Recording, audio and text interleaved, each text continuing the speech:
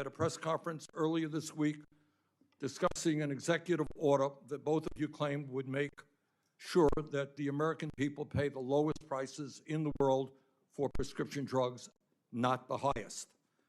As you mentioned at your press conference, this is a concept that I personally strongly support. I think you are aware of that. But as President Trump and you should know, this executive order, like Trump's previous executive orders on the subject, will likely be thrown out by the courts, and we will be back to exactly where we are today, paying by far the highest prices in the world for prescription drugs. In my view, the way forward is through legislative action.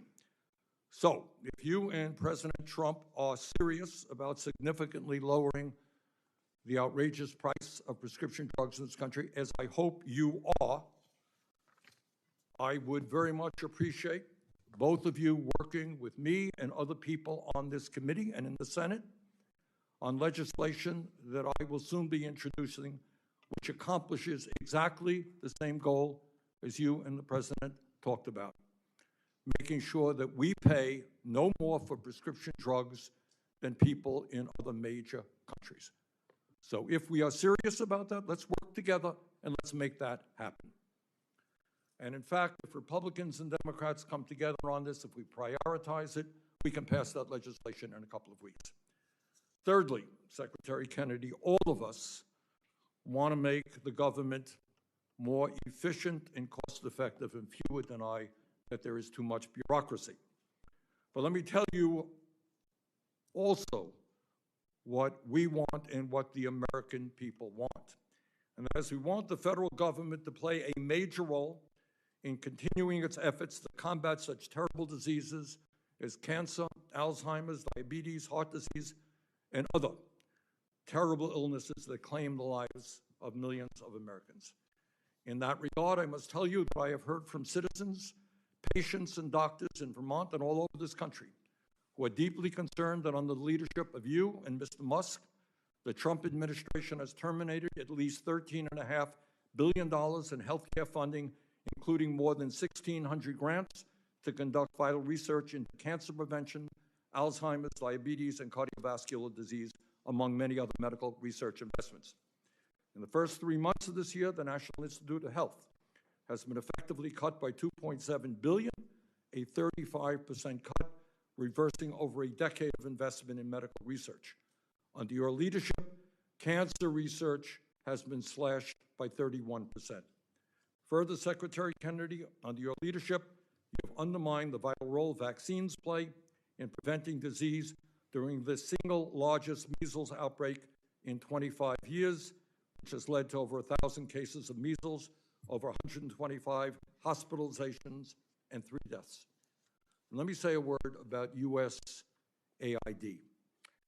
Elon Musk, the richest man on earth, who has led the effort to cut health and nutrition programs for the poorest people on earth, has absurdly suggested that no one, quote unquote, no one, has died from the massive cuts to USAID.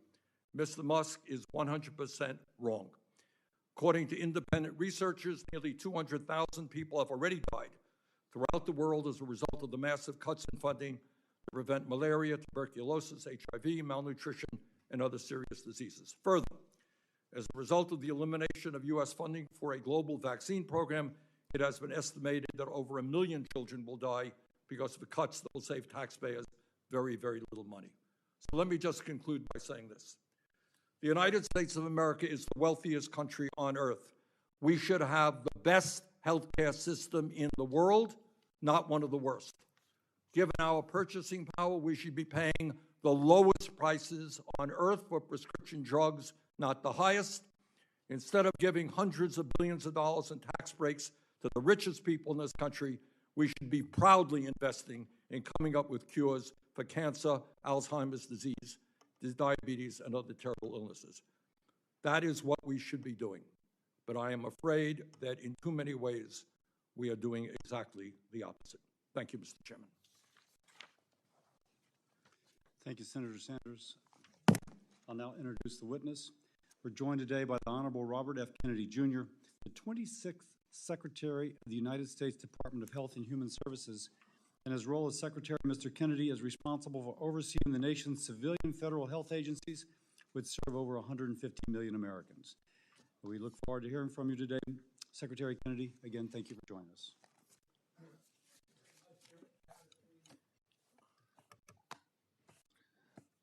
And thank you, Senator Sanders. I just want to begin by saying I know how determined President Trump is for us to have the lowest drug prices in the world, as between Europe and the United States. And I also know that he doesn't care how we get there. That's where he wants Americans to be. And he said, I don't know how many times since I've been involved with him, but that we shouldn't be be able to go to London and buy GLP for $88 that in this country cost us $1,300. And I know it's something that you've been talking about for many years, and I look forward to working with you on legislation or any way that we can to get there. Thank you, Chairman Cassidy and Senator Sanders. I'm honored to be before you today to present the Department of Health and Human Services Fiscal Year 2026 budget. Debilitating disease, contaminated food, toxic environments, addiction, and mental illness affect Americans across every race, class, and political belief. When my team and I took the helm at HHS, we set out with clear goals. First, we aimed to make America healthy again with a special focus on the chronic disease epidemic. Second, we committed to delivering more efficient, responsive, and effective service to over 100 million Americans who rely on Medicare, Medicaid, and other programs. Third, we focused on achieving these goals while cutting costs for taxpayers. We intend to do more, a lot more, with less. The budget I'm presenting today supports these goals and reflects.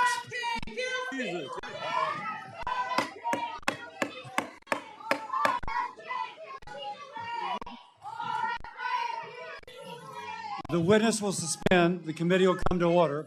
Capitol Police are asked to remove the individuals from the hearing room. Members of the audience are reminded disruptions will not be tolerated.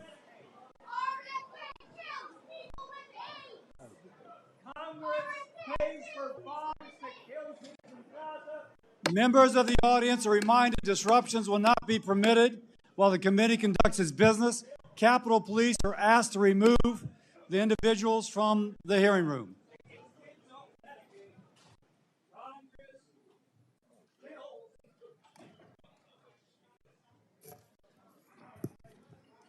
That was a made for C-SPAN moment.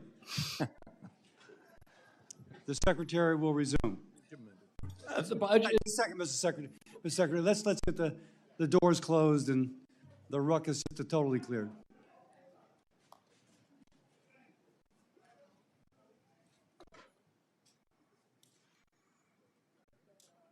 Got it.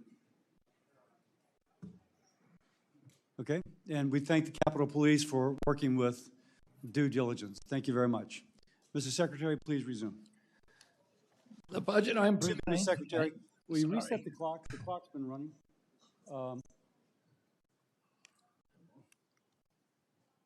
Whatever it would be. Okay, please. All right. The budget I'm presenting today supports those goals and reflects two enduring American values: compassion and responsibility. I invite the committee to unite around these ideals with me.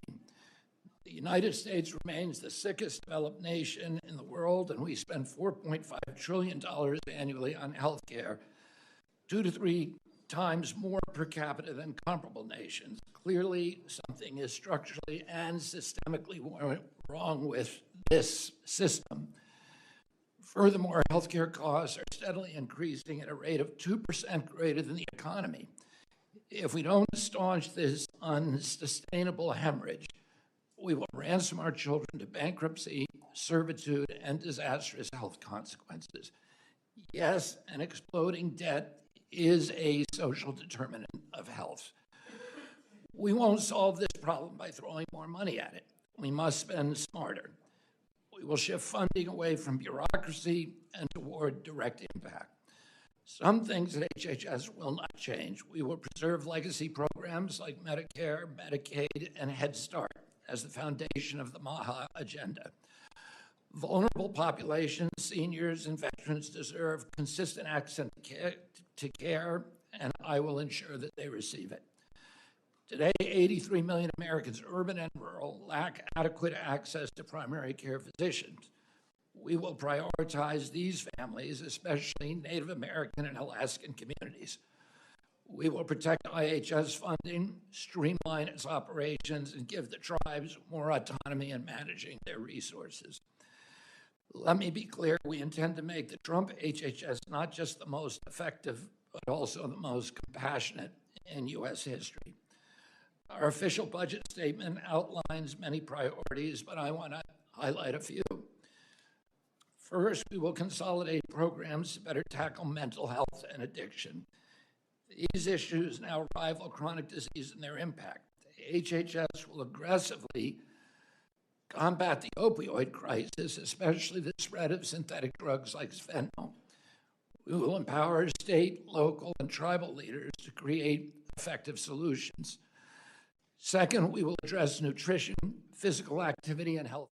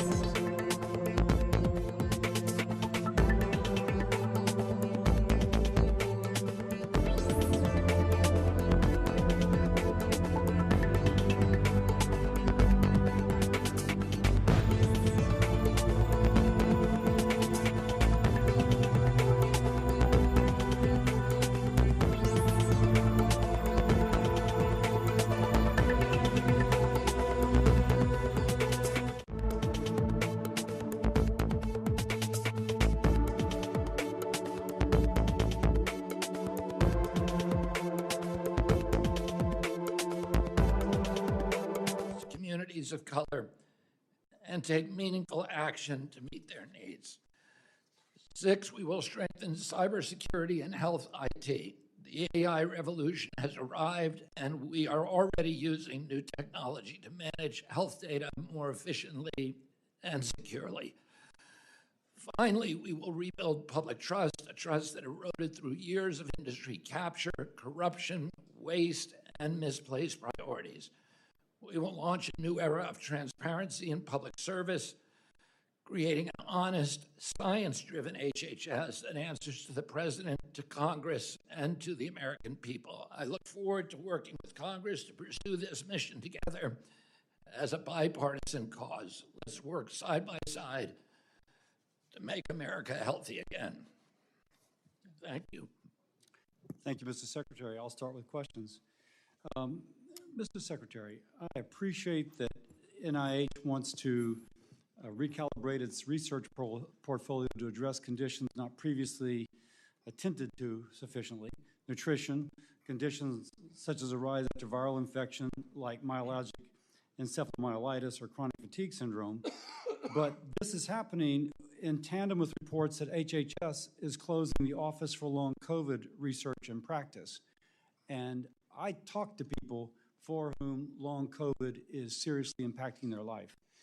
So to what extent will HHS continue to support research, data collection, and other programs focused on understanding ongoing health impacts of long COVID? Senator, I am 100% committed to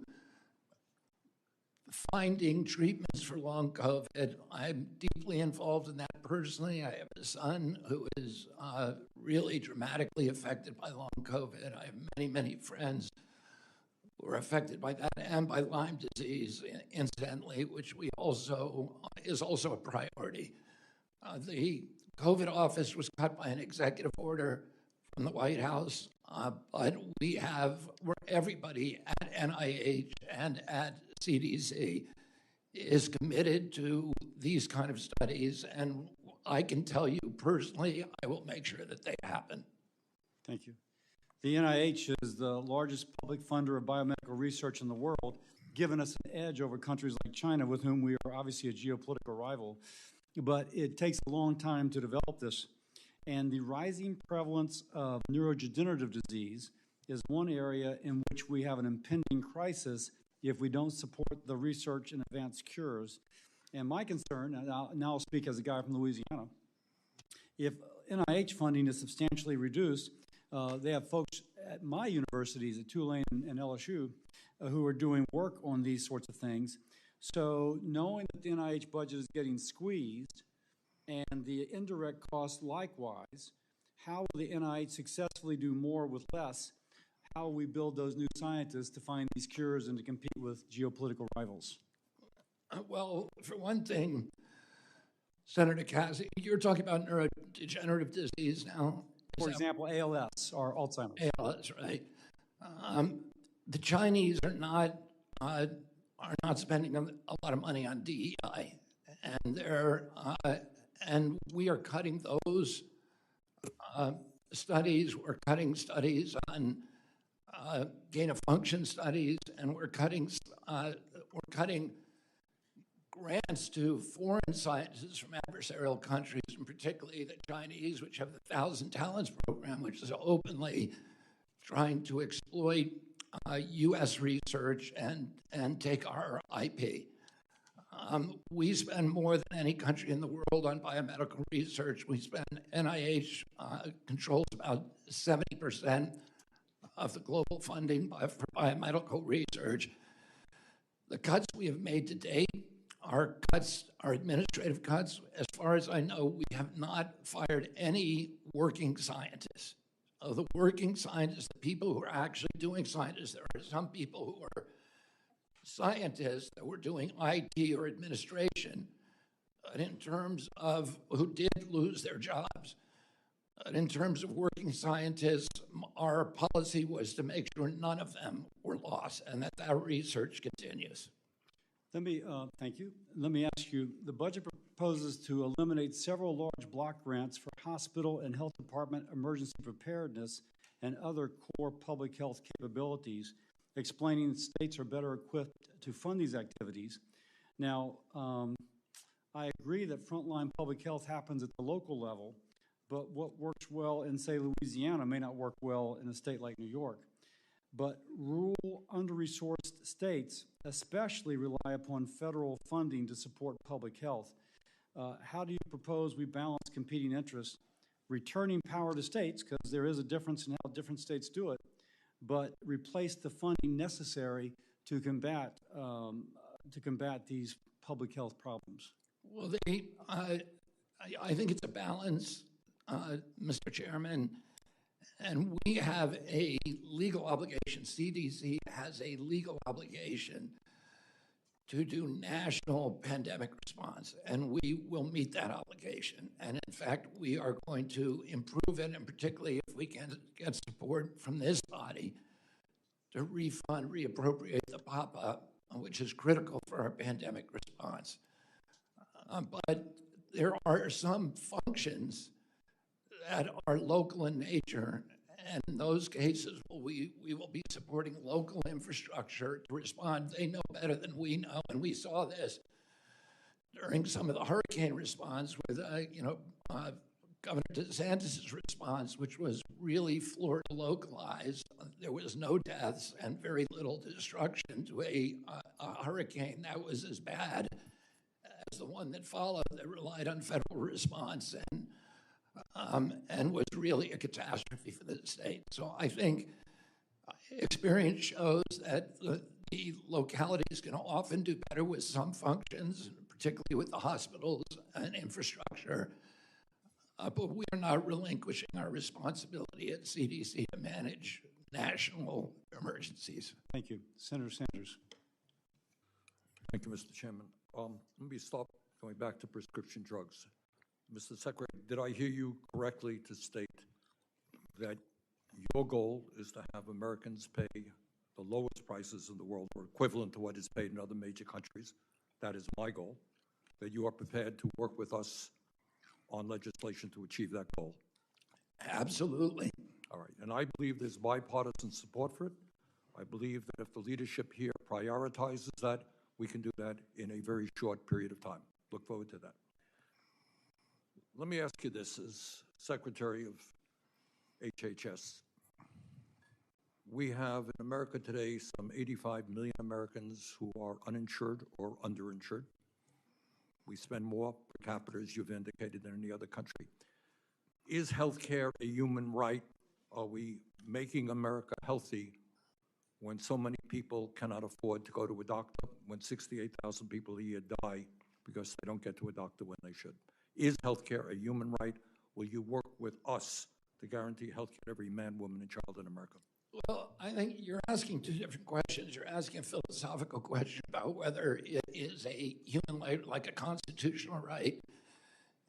As an attorney, I would say that it's not a right of a kind that we otherwise enshrine in the Constitution, because healthcare costs your neighbor money. If I smoke cigarettes for 20 years, I make that choice, which is my choice. I don't mean, I don't have a lot of time, so but I am here.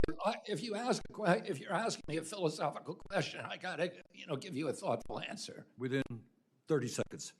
Yeah.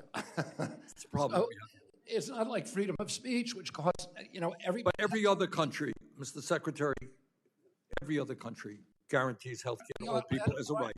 Should we, as Americans? The objective is to get Americans the level of health care that they want, the choice which Americans want. Americans they don't want the choice to be uninsured. Well, they don't want the choice to die because they don't get to a doctor on time. Americans prefer private insurance to other insurance sources. Do you believe? Okay. And what I would say is, I want to find a solution to this. I want every American to have insurance. President Trump wants every American to be insured and have access to health care. The question is, how do we get there? Obamacare is not working. It is not working. And this is the... Sorry to interrupt you. All right. The reconciliation... My job is to try to make it work. All right. I have limited time. The reconciliation bill that is now being worked on in the House will come to the Senate. As it stands right now, cuts Medicaid and the Affordable Care Act by more than $715 billion, which the CBO has estimated would eliminate health insurance for 13.7 million Americans, and also raise co-payments for millions of others, is throwing 13 million Americans off of the health care they have, poor and working class people, keeping America healthy. Well, I haven't seen that number. I've seen the number 8 million. And here the people, the cuts are not true cuts. The cuts are eliminations of waste, abuse, and fraud. And I can go through. I can go through the people who will lose it. There are a million people, I really don't mean to be rude, but I have a very limited amount of time. You asked a question, I'm going to answer it. Well, yeah, I've got a bunch of questions that I would like you to answer as well. All right, we talk about austerity, doing more with less, but in that very same bill that is being worked on in the House right now, there are $235 billion in tax breaks for the top 0.2%. Do you think that makes sense when that same bill would throw 13 million people off of Medicaid? Should we give tax breaks to billionaires and throw kids and others off of Medicaid? You're conflating the congressional bills with the proposals from the president. The president No, I'm talking about the congressional bill. I'm talking about the bill, the reconciliation bill. I mean, the president is not trying to do tax cuts for billionaires. He's trying to have no tax on tips and no tax for $235 have no tax on tips and no tax for $235 billion by how many billionaires do you know that are making overtime or making any part of the $235 billion. Look, it's a big bill. There are a lot of provisions in it. But you cannot deny the top 0.2% will get $235 billion in tax breaks while we cut Medicaid. Okay. Senator Paul. Thank you. I want to commend Secretary Kennedy and the administration for putting forward less spending. And one of the reasons I think we need to look at NIH and other grant-making organizations is if you keep giving them the same amount, you'll keep getting the same frivolous grants. And I'll recite a couple of them so people can remember. $660,000 was given to study the impact of microaggressions on obesity-related eating in Latinx Americans. You know, really, maybe heart disease, diabetes, obesity, but eating disorders in Latinx Americans. Here's another one, $419,000 to study if lonely rats seek cocaine more than happy rats. Maybe we could eliminate that, and that could go to a real disease. Most recently, NIH recorded a $620,000 grant for LGBTQ plus inclusive teen pregnancy prevention program for transgender boys. And what they discovered was that girls who think they are boys are at least as likely to get pregnant as girls who think they are girls. Amazing, the science. But we should all agree that that's just left-wing ideology. That's not science. We should study obesity and cancer and diabetes. I commend you for shifting the balance. I have a specific question about closing down Fort Detrick recently. My understanding is that a contractor intentionally slashed the hazmat suit or the biosafety suit of someone who's handling Ebola. You were immediately attacked in the press by saying it was just anti-science, once and then shutting down science. Was this a serious breach, and is it being investigated? We brought in the FBI to investigate it. As you say, it appears like it was a deliberate criminal act to try to, that was a kind that is equivalent to attempted murder because the kind of microbe, the pathogens that they were handling have a very, very high case fatality rate, up to 50%. The disturbing thing about it is that there are 3 leaks a week globally from BSL-4 labs. And any of those could be cataclysmic for humanity. And as a result, we not only closed Fort Detrick, and we brought the FBI in to investigate that, we also declared the end of gain-of-function studies that will allow those kind of leaks to continue.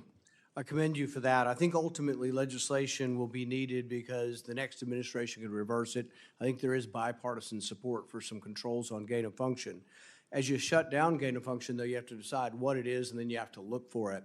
So I would suggest that at both Fort Detrick and at the NBAC lab that's nearby, run by the DHS, that we look at experiments involving Ebola, avian flu, Marburg virus, to determine, one, whether they gain of function, but also just determine whether the experiments are wise. I am told in public records that they are doing experiments or have done experiments to aerosolize Ebola at the NBAC lab. That's the DHS lab nearby to Fort Detrick.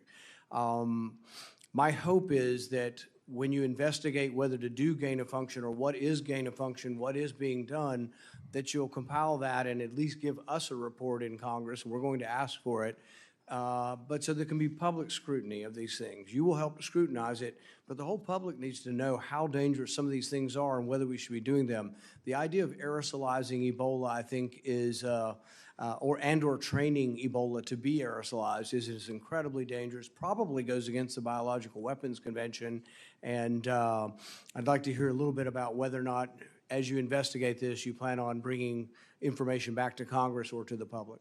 Yeah, we're going to be absolutely transparent. I have a trip planned to Fort Detrick with Kristi Noem, who's the director of DHS, and with Jay Bhattacharya and other people in my agency who are experts on bioweapons, who are experts on gain-of-function research, and we are going to be absolutely transparent. We've also proposed a methodology for regulating and for determining what is dangerous gain-of-function and what is legitimate scientific investigation, and how to bring the public into that debate, which I think, as you point out, is absolutely critical. That is where we messed up last time. And as you know, We have some of the Democrats here who are, talking about the great science from NIH, but now we have major agencies, intelligence agencies, the CIA, the FBI, the DOE, and the State Department have all agreed that NIH research almost certainly led to the pandemic, the COVID pandemic. So that's not the kind of the result that we should be allowing or enabling, and we're going to end that now. If possible, the trip to Fort Detrick and to NBAC, we'd like to be included or invited on that trip if possible. Absolutely. Thank you, Mr. Chairman. Mr. Secretary, one of my constituents, her name's Natalie Phelps. She's a mom of two from Bainbridge Island in Washington State. She has been fighting aggressive stage 4 colorectal cancer for nearly 5 years now. Her best hope now is a clinical trial she's participating in at the NIH Clinical Center. She flew out to NIH a few weeks ago for her first appointment, and her care team there wanted her to come back in 4 weeks to start treatment. But because of the thoughtless mass firing of thousands of critical employees across NIH and HHS that you carried out, Natalie's doctors at that clinical center have told her they have no choice but to delay her treatment by an additional 4 weeks. Now, an extra 4 weeks may not sound like a long time, but I will tell you, for stage 4 cancer patients like Natalie, this could mean the difference between life and death. Secretary Kennedy, how many staff have been cut from the NIH's clinical center? I want a specific number. I can't tell you that now, Senator Murray. What I can tell you is that if you contact my office tomorrow, I'll look specifically into that. Well, that is not acceptable. I want an answer back by that. She deserves it. I do it. She doesn't have much time. She deserves an answer back. And wouldn't you rather get her into that clinical trial as fast as you can? Absolutely. All right, so if you contact my office tomorrow, this is if that happened. You are here to defend your budget. I'm here to ask you questions about the impact of that. Well, you asked me about a specific case that I want to help with. I don't think anybody, but there are. I don't think that should happen to anybody. Okay, well, what have you, and I mean you personally, done to assess how those staff cuts are impacting patient care? She is one of many. What have you done to assess that? I provided the guidelines that said we shouldn't, that no clinical trials should be affected by the cuts. I have, Matt Mamoli. Mr. Secretary, I just have a short amount of time. They are impacting clinical trials. You asked me a question. Do you want me to answer it? I want to tell you, you need to know this. You're here to defend the NIH budget, which Senator, do you want me to answer your question? Well, I want You want me to answer your question, Senator? tell you that Natalie is sitting there waiting for treatment. And I'm offering to help her, but you don't care. You don't care about Natalie. I reclaim my time. I've offered to help Natalie. I am asking you a question, and it is critical. You are here to defend cutting NIH by half. Do you genuinely believe that that won't result in more stories like Natalie's? I think the cuts that are now proposed by NIH are going to hurt. I think that President Trump, listen, there's no agency head in the government like myself that wants to see their budget cut. And I asked you, have you personally assessed what this is doing to patients? And I am telling you one story of one person, it is impacting life or death situation. I think it's. You want me to answer your question, Senator? Well, you did. Oh, I have not. You have not allowed me to answer it. Well, I will just say that it is my job to be a voice for people like Natalie and countless other patients who are like her. So you've got to fix this. I want to know, and I want a personal update on Natalie's case, and you offered that. Please give that to me in the next 24 hours, and I expect details and transparency about the state of NIH clinical care. You contact my office, Senator, and I will do everything in my power to try to get Natalie into that. I got 1 minute left, and I want to ask you about the NIOSH cuts. I am really alarmed by your decision to essentially eliminate the National Institutes for Occupational Safety and Health. You've already fired nearly 90% of the staff. That includes the staff in my state at the Spokane Research Lab. Those are experts. They do essential work to protect miners and firefighters and farm workers, people who work in dangerous conditions. I am told that after a backlash, you are reinstating some of those, mainly in the West Virginia office, but nobody in the Western United States. And there doesn't seem to be any rhyme or reason to how you've made these decisions. And how do you explain this to my constituents in Spokane who are out of a job and the workers that are being impacted by that? The work in NIASH will not be interrupted. I've brought back 328 workers, mainly in the Cleveland office and the Morgantown office and for the World Trade Center site. And that work will continue. The work on mine safety will continue. The epicenter of that work has been Cleveland and it's been Morgantown. We understand it's a critically important function, and I did not want to see it end. Mr. Chairman, I would just say you can't fire 90% of the people and assume the work gets done. Senator Collins. Thank you, Mr. Chairman. Mr. Secretary, nearly 7 million Americans are living with Alzheimer's disease, and caring for people with this devastating chronic disease costs us some $360 billion a year. I am the author of a law that's known as the BOLD Act. It takes a public health approach to Alzheimer's. It educates providers, promotes earlier diagnosis, it helps caregivers, and it also promotes lifestyle changes. I have worked very hard to make sure that HHS has the resources to carry out this law, which was just recently extended. I'm concerned that the reductions in force of approximately 10,000 staff across HHS will completely undermine this act. And this act, in many ways, is very consistent with your approach of looking at public health issues for chronic diseases.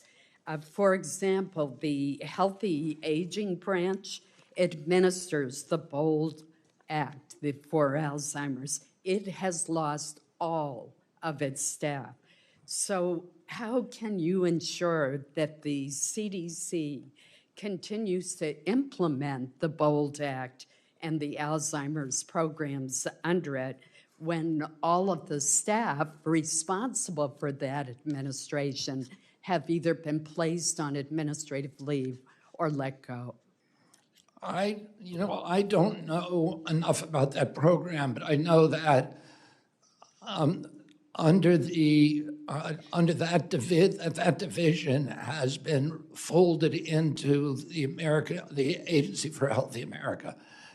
And a lot of the reports that whole divisions have been liquidated were just wrong. They were divisions that were being reassigned under the reorg.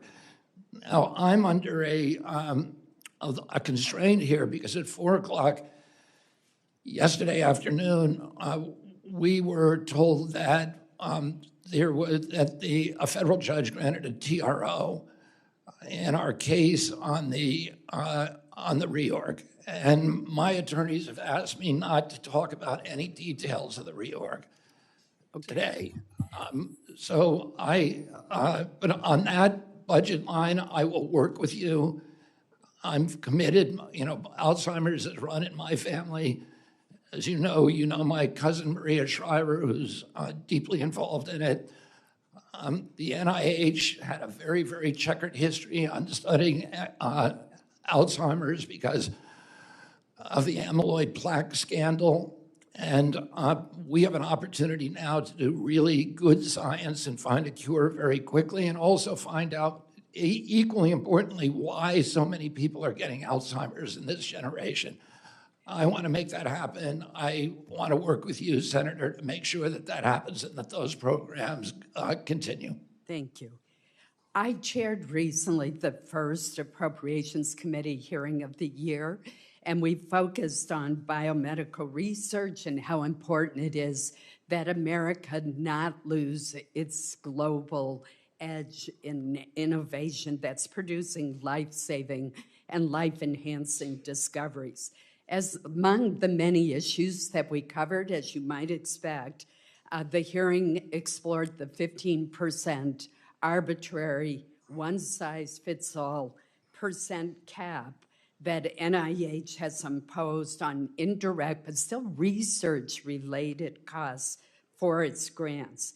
What we heard is that this cap will mean less basic research, fewer clinical trials, and that it will also cause our scientists and researchers to leave the United States and go to other countries. I believe strongly that this proposed cap is poorly thought out, that it's harmful, and I know that it violates current law because since 2018, we've included in the appropriations bill specific language that prevents NIH from imposing such a cap. So I know the system needs to be looked at, but are you reviewing how NIH's approach of this one-size-fits-all 15% cap on indirect costs would affect laboratories, whether they're private nonprofit labs or whether they're in universities, as far as doing crucial biomedical research? Yeah, Senator, we are, and you and I have talked about this issue. And I think the impetus for the cap was that there were a lot of private universities with giant endowments like Stanford and Harvard that were getting indirect payments of 78%. What that means, if you get $1 million grant, NIH then has to pay you an extra $780,000 for administrative costs, and a lot of those costs weren't even going to anything to do with science. They were going to, the university budget. And in order to curb that abuse, we adopted a 15%, which is the industry standard. That's what the Gates Foundation or any other foundation would pay. But I understand the University of Maine, University of Alabama, many other universities, state universities, were not abusing it. We lost about $9 billion a year in those kind of costs. And so we have a plan for how to address issues like what's happening at the University of Maine. I'm being gavelled out, so I will talk to you privately about that. Thank you. Senator Ball. Thank you, Mr. Chairman. Secretary Kennedy, you run a department that touches the lives of almost every American. Yet for this budget hearing, these are the 6 pages that we have gotten in terms of your budget request. We are also 7.5 months into this fiscal year, and yet you are not telling the American public anything about how you are spending the billions in taxpayer dollars right now.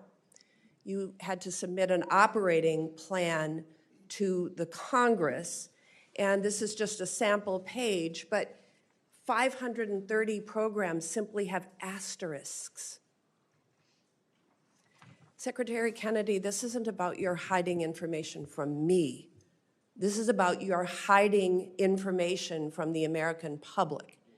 And if you're going to cut cancer research or gut mental health support, at least stand by your work and explain it to the American people. Now, Secretary Kennedy, I want to start with what I hope is an easy question for you.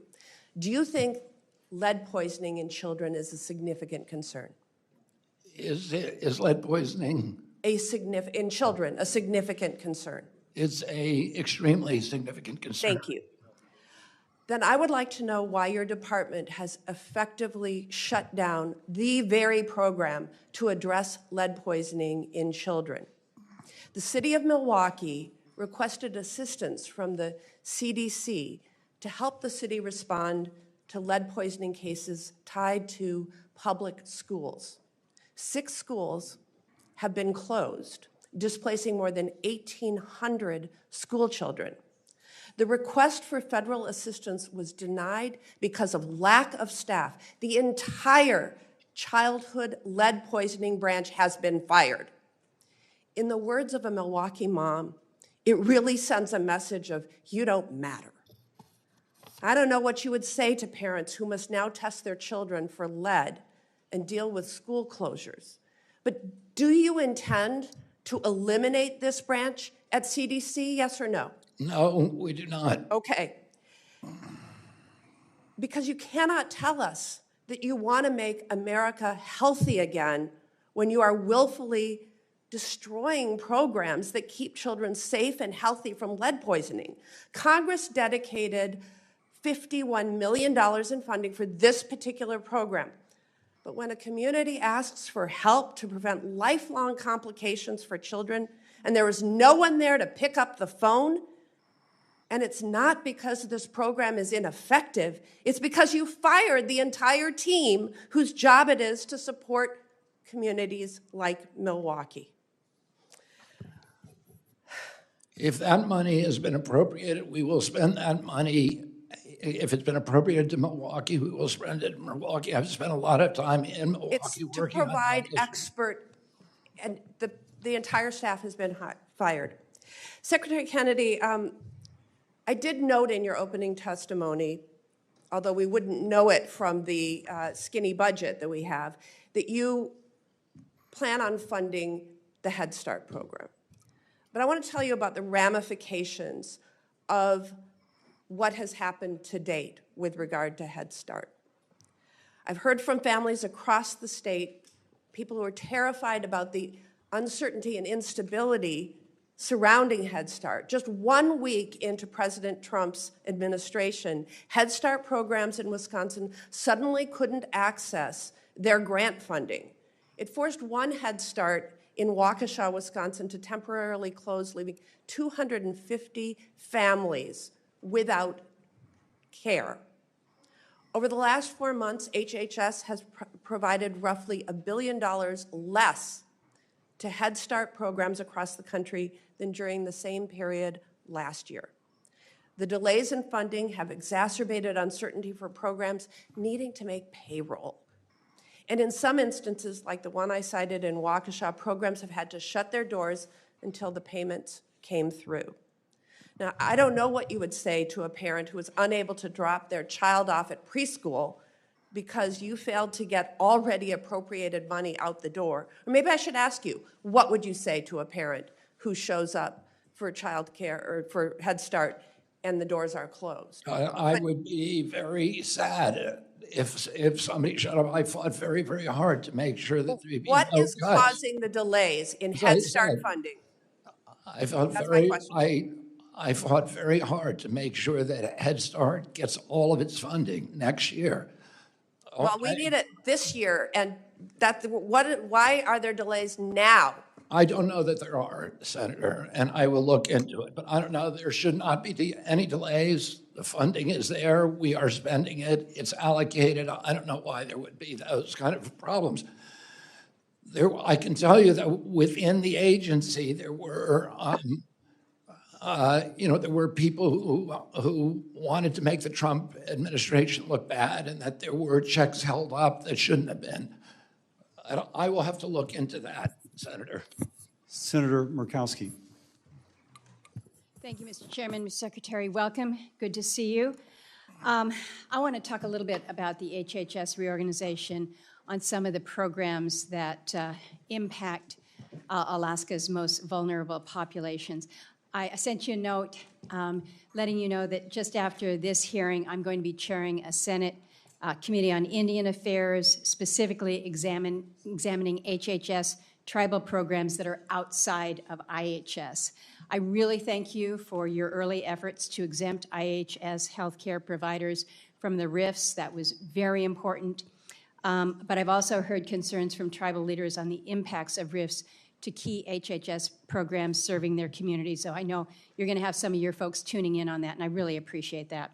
But some of the other reductions that we're looking at within your budget do have significant consequences to a state like mine. One is the LIHEAP program, the Low-Income Energy Assistance. For us, it's not a budget line item. You've been to Alaska, you know that the temperatures there can get really, really tough. Keeps people from freezing to death in their homes.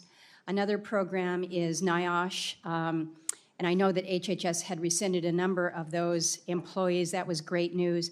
But the employees that received RIF notices for the program were not rescinded in the NIOSH Center for Marine Safety and Health Studies. So this is a big deal for our commercial fishing safety. It could effectively leave our fishing fleet out of compliance with Coast Guard safety regs. So we're watching that very, very carefully. And then again, shared focus here on making sure that our children are as healthy as they possibly can be. So I want to look to ways that we can strengthen and not eliminate the Head Start program. But I wanted to ask you. You're talking about the NIOSH program. NIOSH, yeah. You should talk to me about that. Okay. And, as you know, that's something that I'm deeply You're very concerned with familiar with. the commercial fishery. So we should talk about it. And let's, and let's work for a solution. Got it. I am with you right there. Let me ask about domestic violence and sexual assault funding. Right now, I'm receiving a lot of incoming from our community-based domestic and sexual violence program operators.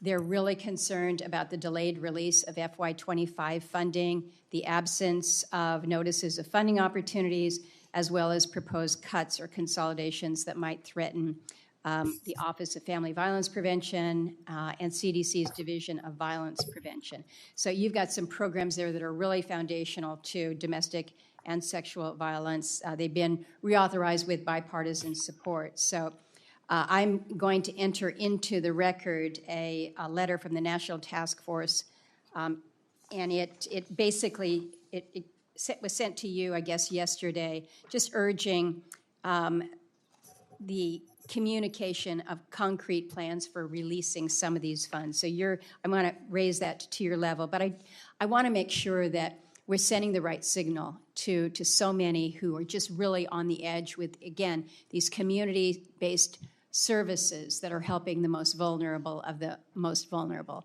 So we've got the funding that's out there. It's just delayed. We need help releasing that. Yeah, my understanding is that the domestic violence funding was not cut. So I don't know. I mean, I have to go back and check, but I specifically asked about that program last night. Was told that there was no cuts, that President Trump is committed to it, and so I don't know why people would be experiencing even delays. And it may be that it is with the RIFs, you don't have people that are processing these things. So again, I want to get this to the top of your screen. Last question for you. I mentioned LIHEAP. The budget proposal, the skinny budget proposes to eliminate LIHEAP, and the proposal says that it's unnecessary because states have policies preventing utility disconnection for low-income households, effectively making LIHEAP a pass-through benefiting utilities in the Northeast. Further, LIHEAP rewards states like New York and California, two of the top recipients for LIHEAP funding, which have implemented anti-consumer policies. I'm just telling you, we're not in the Northeast. We're not in that bucket. We're cold. There are other places that are hot. LIHEAP is a lifesaver. I did see your statement from yesterday saying that OMB was thinking that President Trump's energy policy is going to reduce costs dramatically. It may be a while. Right now, folks in Alaska still need those ugly diesel generators to keep warm. So I know. I was on the Navajo. First of all, I've heard that my whole life because my family was involved in providing low-cost energy to poor New England, and there are people in New England who suffer from if energy prices are high and you have a cold winter. I was on the Navajo reservation a couple of weeks ago, and Navajo President Boone Nygren said to me, if we cut LIHEAP, people will die on this reservation. I know the same is true in Alaska. The presumption behind the budget cuts were that the energy prices were going to drop dramatically, in which case these payments would just become a subsidy to the oil industry. If that doesn't happen, I would expect Congress would then still appropriate the money, and I will spend it. I've already spent $400 million between January and now on this program, and we've made to get it out, made sure to get it out to all the families that needed it. So I think you're going to find a lot of support on this committee for that. Senator Murphy. Thank you very much, Madam Chair. Secretary Kennedy, I want to talk to you about your relationship with this committee and this Congress. I want to talk to you about the statements that you made to the chairman of this committee and to members of this committee during your confirmation hearing about vaccines. You didn't tell the truth. I find that to be really dangerous for our relationship. If I were the chairman who believes in vaccines and voted for you because he believed what you said about supporting vaccines, my head would be exploding. In the hearing, you told us, quote, "I will not work to impound, divert, or otherwise reduce any funding appropriated by Congress for the purpose of vaccination programs." That's not the truth. You've done exactly. Let me finish my question. yeah, I didn't hear what you said. I'm just asking you to repeat it so I can understand your question. During the hearing, I'll repeat it. During the hearing, you said to this committee and to the Finance Committee, "I will not work to impound, divert, or otherwise reduce funding appropriated by Congress for the purpose of vaccination programs." That is not what happened. You've done the opposite. You canceled $12 billion in grants to the states, including my state, that are used to administer and track vaccines. You promised Chairman Cassidy. When did I do that? Madam Chair, would you allow me to finish my question? Keep going with your question. When did I do that? Let me finish my question. Accusation. Just tell me when I did it so I can understand what the question is. You have canceled $12 billion in public health grants to states, whether you know this or not. That funding is used by the states in part to be able to administer and dispense information about vaccines. Mr. Secretary, let me give you the full panoply of accusations without details. the things you said before this committee that didn't turn out to be true. You also promised Chairman Cassidy that the FDA would not change vaccine standards from, quote, historical norms. But what happened as soon as you were sworn in? You announced new standards for vaccine approvals that you proudly referred to in your own press release as a radical departure from current practice. And experts say that that departure will delay approvals. You also said, specific to the measles vaccine, that you support the measles vaccine. But you have consistently been undermining the measles vaccine. You told the public that the vaccine wanes very quickly. You went on the Dr. Phil show and said that the measles vaccine was never fully tested for safety. You said there's fetal debris in the measles vaccine. And this morning— All true. This morning in Do front you want me to lie to the public? That's not— none of that is— Of course it's true. Of course it's true, Senator. Senator, begging your progress, you do not know what you're talking about. For the record— Let's have a little bit of order so that you can get Madam your Chair, question I'm and we speaking. can get I didn't ask for a response yet. I I'd understand like that. to lay out the predicate of my question before I'm interrupted by the witness. He should Go have some ahead. respect for this committee. Go ahead. Just this morning in front of the House of Representatives, you also said that you, in fact, would not recommend that kids get vaccinated for measles. You said you would just lay out the pros and cons. Okay, so this is the summation of everything that you have said to compromise people's faith in the measles vaccine in particular is contrary to what you said before this committee. You said you support the measles vaccine, but then you have laid out a set of facts that are contested, and I will submit information for the record from experts who contest what you've said about the vaccine, and the result is to undermine faith in the vaccine. It's kind of like saying, listen, I think you should swim in that lake, but, you know, the lake is probably toxic, and there's probably a ton of snakes and alligators in that lake, but I think you should swim in it. Nobody's going to swim in that lake if that's what you say. And so I want you to acknowledge that when you say you support the measles vaccine and then go out and repeatedly undermine the vaccine with information that is contested by public health experts, that is not supporting the vaccine. And so I guess I have two simple questions for you. One is, can you clarify what you said in the House this morning? Are you or are you not recommending that families get their children vaccinated, or are you just giving people the pros and cons? And do you understand that when you say these things about the measles vaccine, what ends up happening is less people get the vaccine? That may be what you want, but do you understand that the result of constantly questioning the efficacy or safety of the vaccine results in less people getting the vaccine? So I don't necessarily want to spend the remaining 20 seconds in an argument over the science, but do you at least understand that that's the consequence of what you're saying? And are you actually still recommending people get the vaccine, or are you not? Senator, if I advised you to swim in a lake that I knew there to be alligators in, wouldn't you want me to tell you there were alligators in it? So are you recommending the measles vaccine or not? What I've said and what I said in. Doesn't sound like you are. If that's, Are you going to let me answer? Are you going to keep interrupting? Are you? Are you not? Are you going to let me answer? What I pledged before this committee during my confirmation is that I would tell the truth, that I would have radical transparency. I'm going to tell the truth about everything we know and we don't know about vaccines. Are you recommending the measles vaccine or not? I am not going to just tell people everything is safe and effective if I know that there's issues. I need to respect people's intelligence. I think you're answering the question. I think you're And the answering the question. reason That's that really people- dangerous for the American public and for families. The reason people have lost faith in this program is because they've been lied to by public officials for Secretary of year Health and after Human year Services after is year. no longer recommending the measles vaccine. Senator Marshall. All right. By the way, I said at the hearing this morning that I was recommending the measles vaccine. Go look at the transcript. Senator Marshall. Madam Chairman, thank you so much for being here, Mr. Secretary. We're glad you're here. Let's stay on the measles vaccine just for a second. Let me catch my breath after that, all that.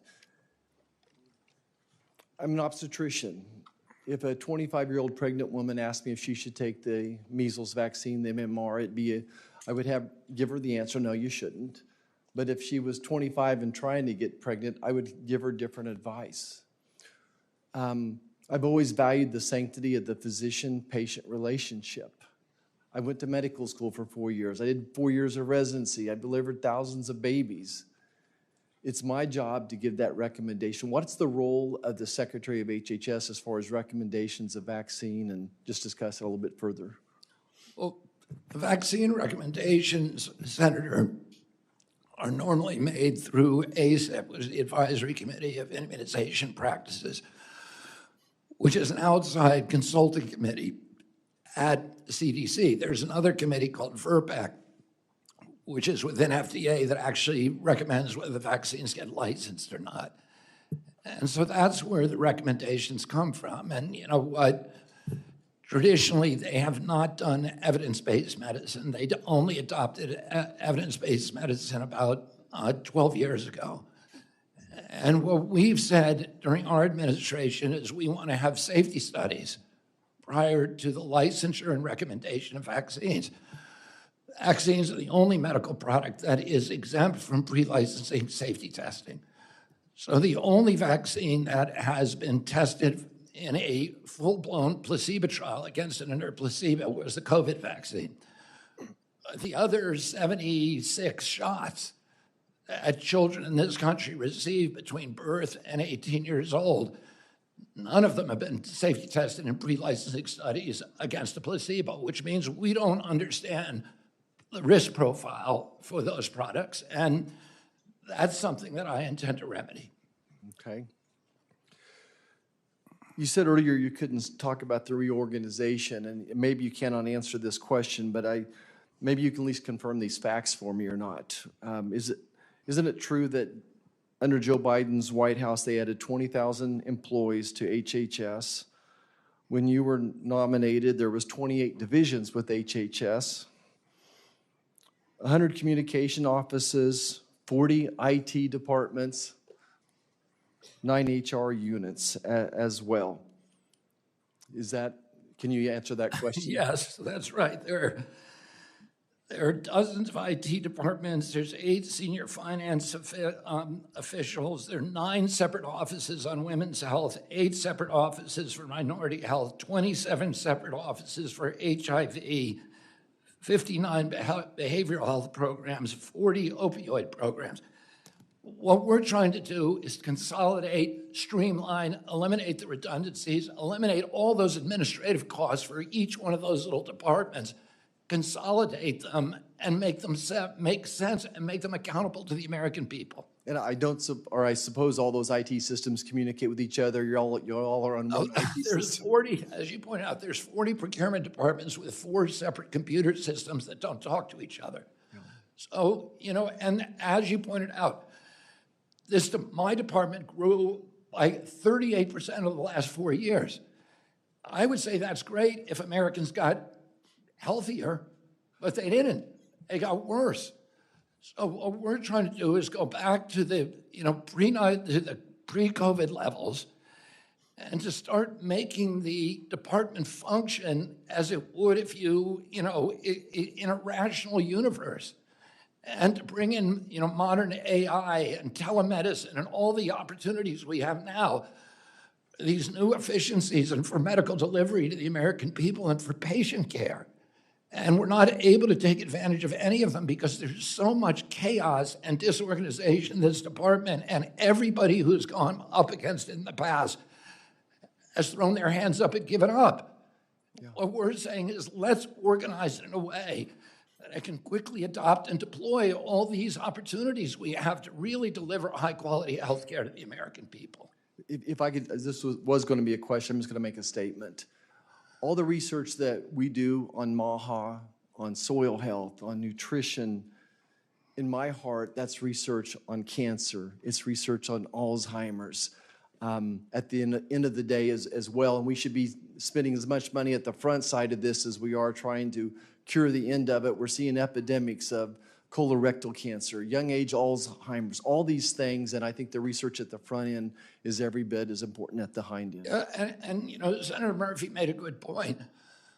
The NIH made all these extraordinary breakthroughs, and particularly in treating cancer and, reducing mortalities for colorectal cancer. But my question is, isn't it as important to find out why kids are getting colorectal cancer? When you and I were kids, there were 0 kids with colorectal cancer. It's epidemic now.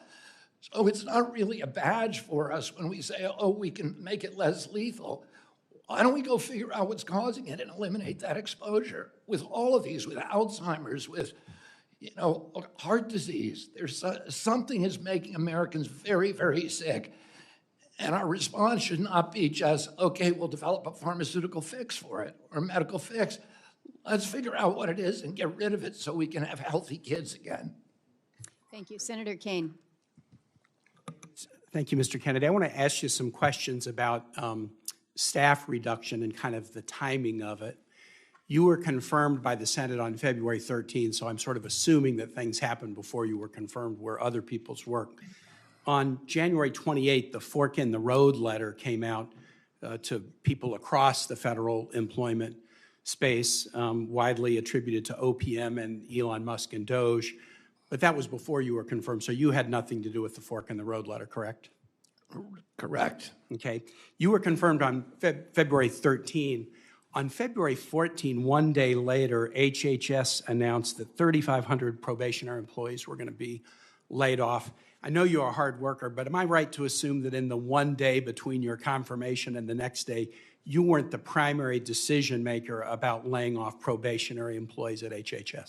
I was aware of it, and I could have blocked it. Yeah, you were aware of it, so you weren't the primary decision maker. Was that a decision that was made like OPM or Doge? And because it wasn't just HHS, it was all federal agencies who would lay off probationary. Do you know where that decision was? I had my full upper staff in place before I got there. Right, but did they make the decision, or was it White House and Doge to lay off probationary employees? They made the decision. My staff made the decision, okay. Although Doge came in and Doge gave us information that we wouldn't otherwise have had access. Okay.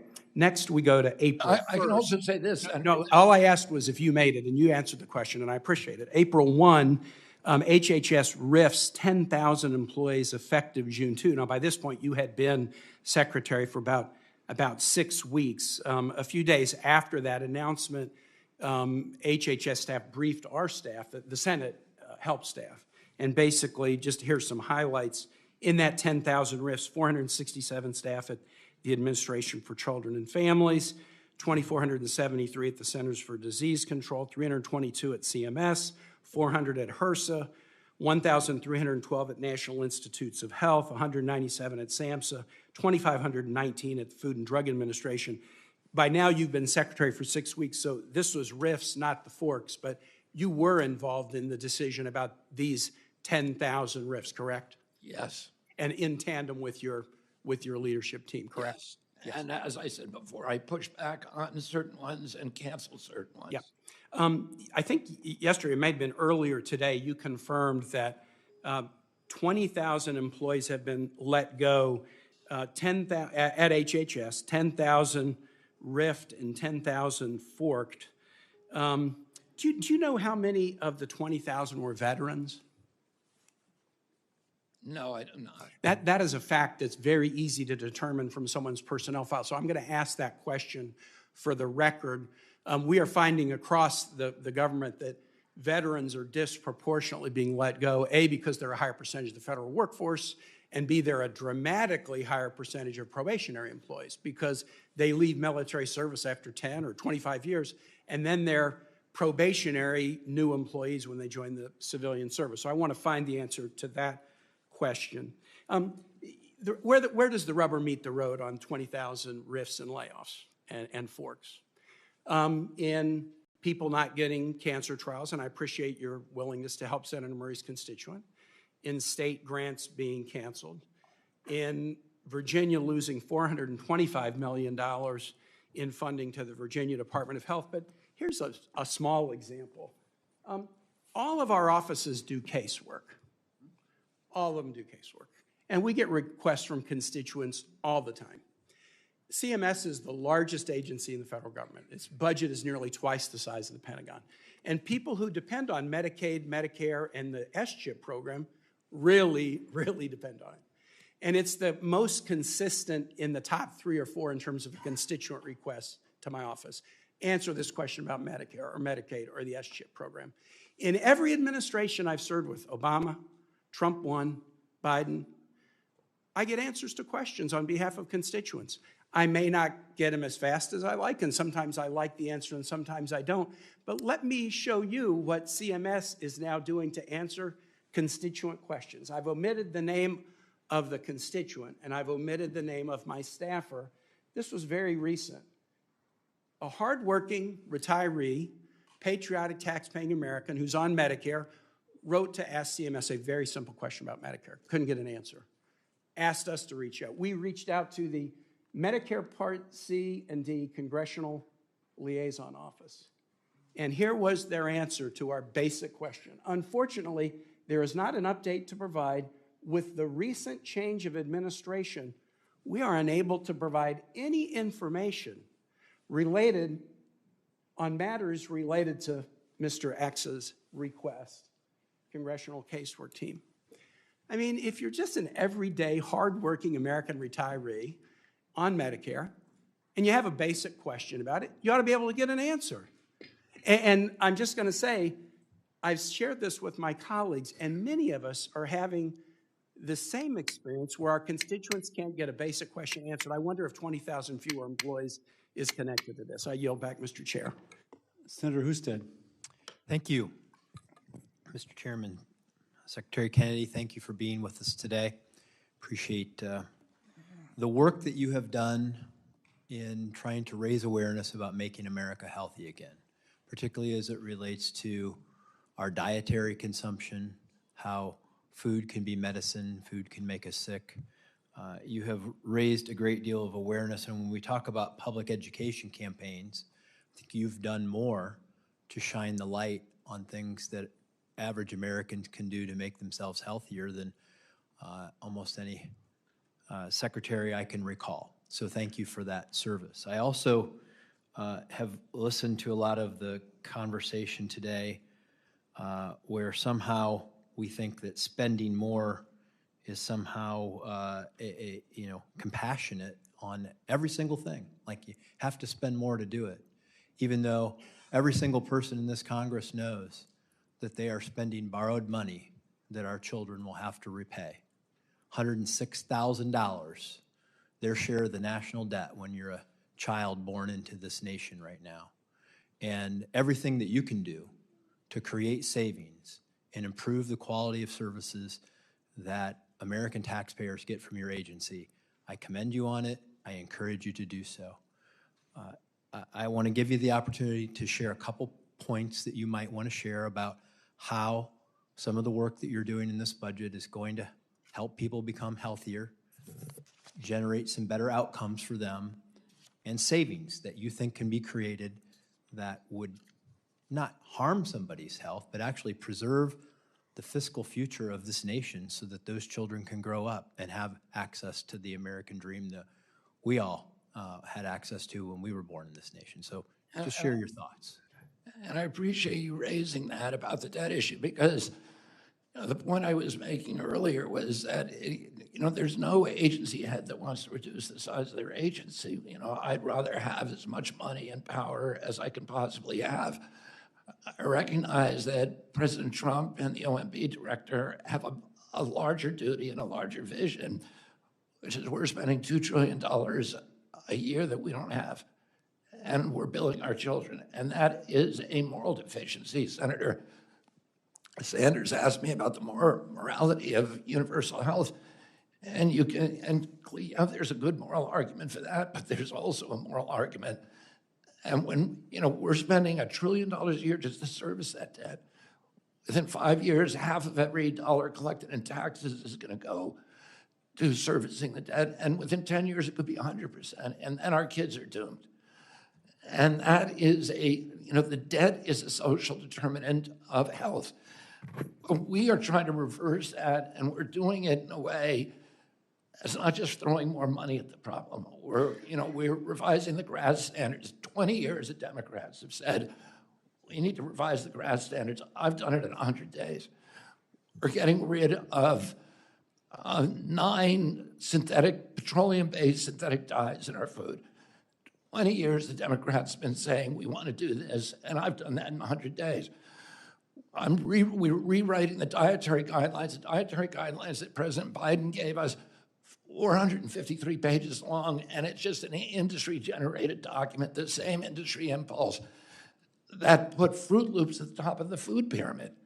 We are creating a 4-page document that can be locally sourced so that will drive the school lunch program. We've called on and inspired governors and legislatures across the country to ask for exemptions to the SNAP program to get soda and candy off of SNAP. Is that a time? No, you're good. Thank you for the work on SNAP, by the way, because getting unhealthy foods out of that program, if you're at the bottom quartile of income, you're almost twice as likely to be obese as you're at the top quartile. And diabetic. And it's costing people their productivity, their quality of life. It's costing the American taxpayer more money through Medicare, Medicaid, and other health services that we provide. And I just would say, we talked about kids. I want to give you a moment to just share a thought. In 2022, we had a shortage of infant formula. There's a look at children now about what they should have in that infant formula. You're doing that with the Operation Store. Yeah, exactly. Tell us a little bit about that, and just if you have a moment. Well, I'll just say, Mr. Chairman, thank you for doing that. How about that? There we go. But the Secretary made the statement that no vaccines except for COVID have been evaluated against placebo. For the record, that's not true. Rotavirus, measles, and HPV vaccines have been, and some vaccines are tested against previous versions. So just for the record, to set that straight. Next, Senator Hessen. Oh, thank you, Mr. Chair, and Secretary Kennedy, thank you for being here. I'd like to start by talking about the current measles outbreak, which I know is a concern for all of us here today.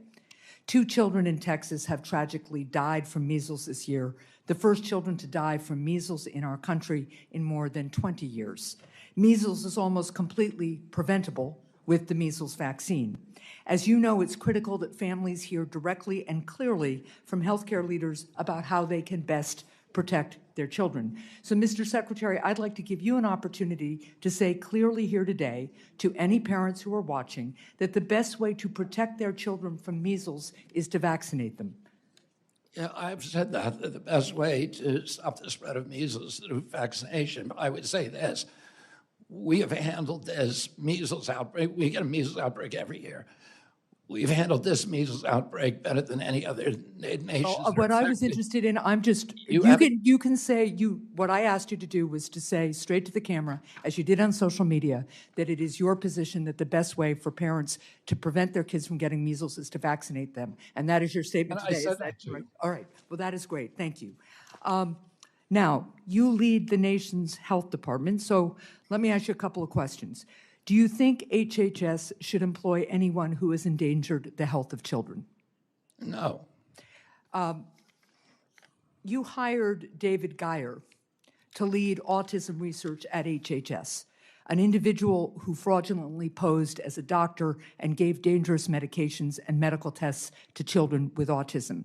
According to the state of Maryland's investigation, David Geyer, who has no medical license or training, gave hormone blocker injections to children with autism who were as young as 8 years old, which the Maryland Board of Medicine said poses a substantial risk of harm. Secretary Kennedy, yes or no, will you fire David Geyer? First of all, what you're saying is not true. And we did not hire David Geyer to manage autism research at HHS. So what is his job? What is his job then? You just said some very defamatory things about a person who, by the way. So let me just be clear for the record. Those charges, Senator, I am going to correct the record on this because you have defamed Let me tell you what the record says, and then I will hear from you.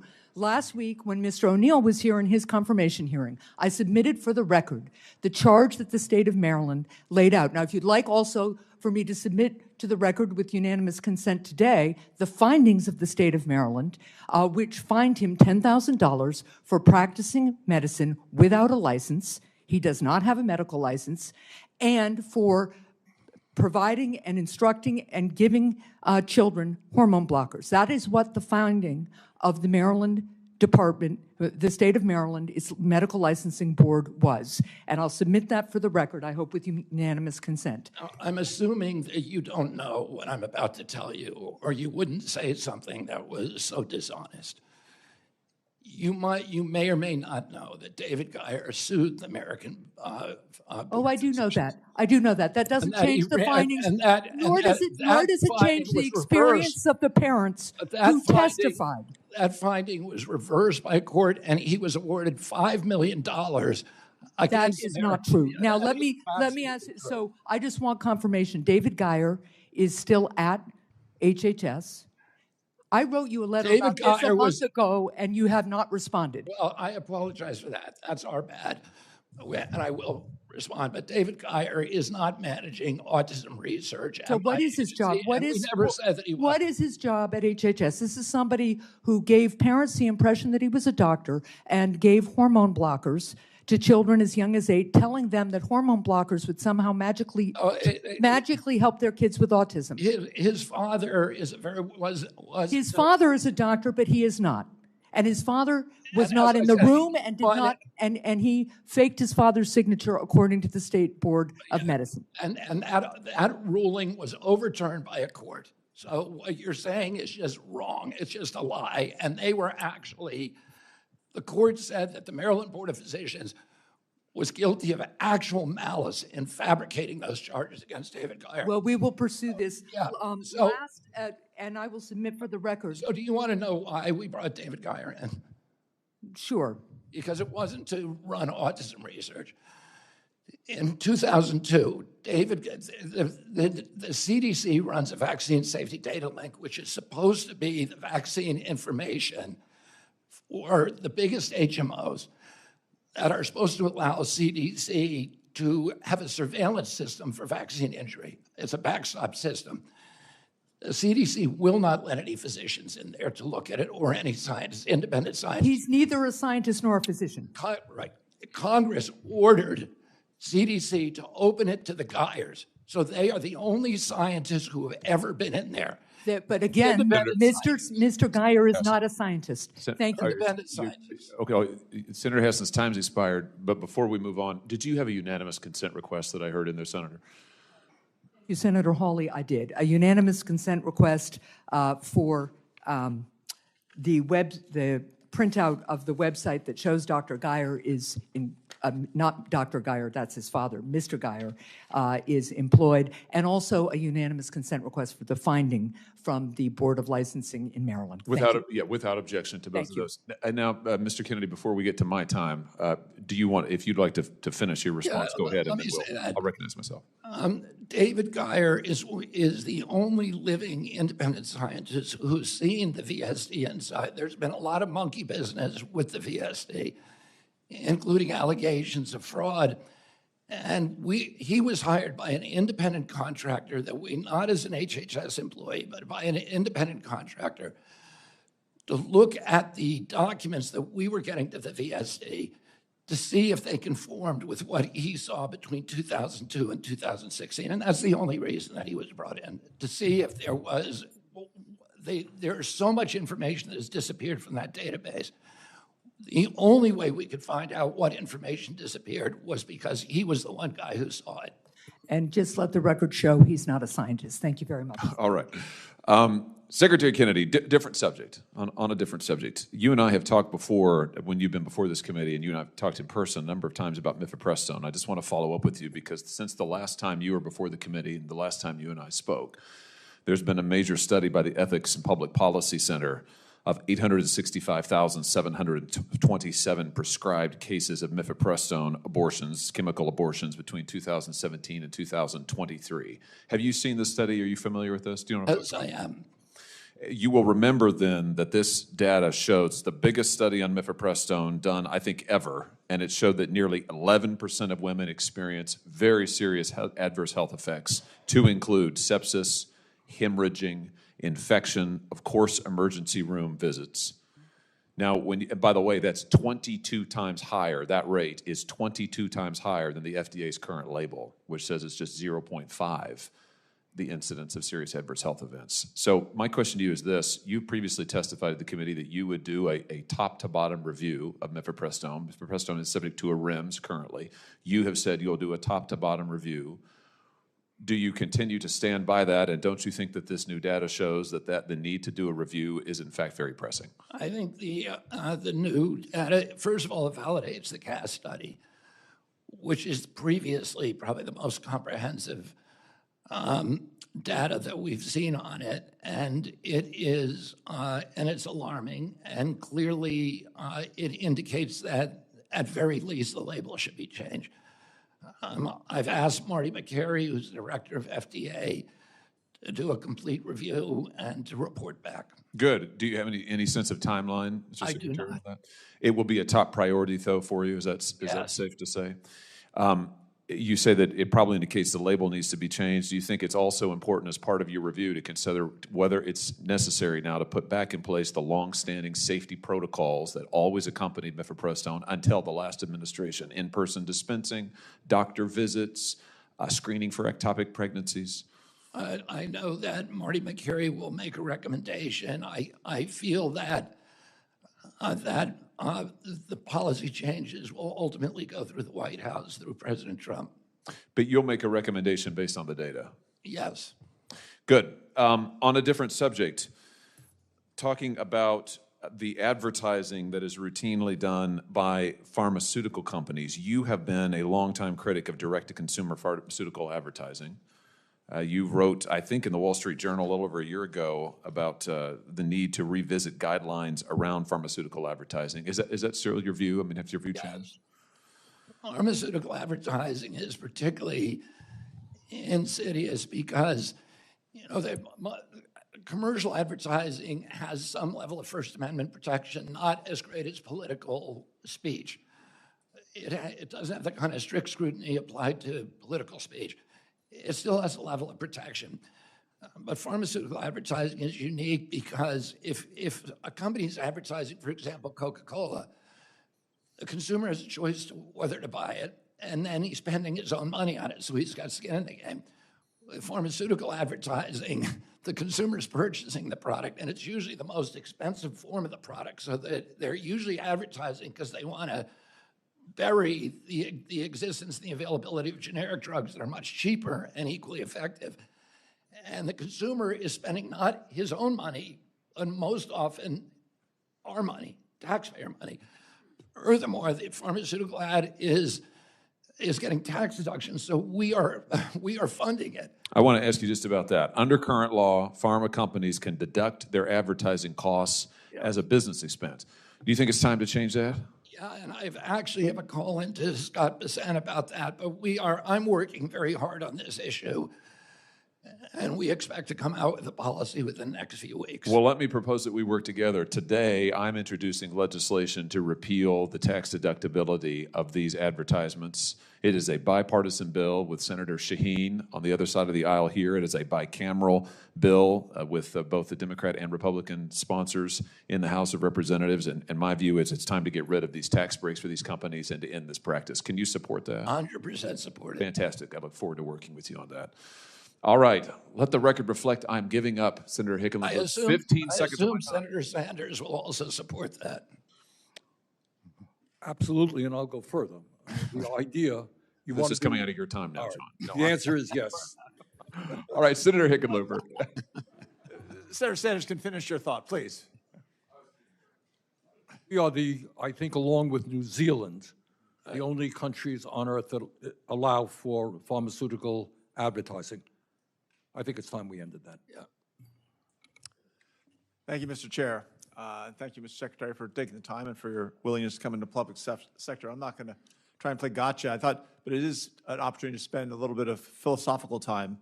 And I guess one question is, do you think our country spends too much on scientific research? No. Okay. And so, obviously, you know the NIH is the largest, in terms of biomedical research, there's the Howard Hughes Institute, but the 70% of the world. Exactly, 70% of the world. And I guess when you look at the level of cuts that we're facing over there, and I recognize that a lot of these cuts are imposed upon you. So, but there's a gap in basic fundamental research that's going to have to be filled somehow. And have you got any ideas of how we can do that, given the scale, the dimension of the loss that we're facing? Well, you know, first of all, my job is to support the president on this and to support OMB. But, you know, the reality is that, as I've said, no agency head wants to see cuts to his agency. And I love scientific research, so I want to do as much as possible.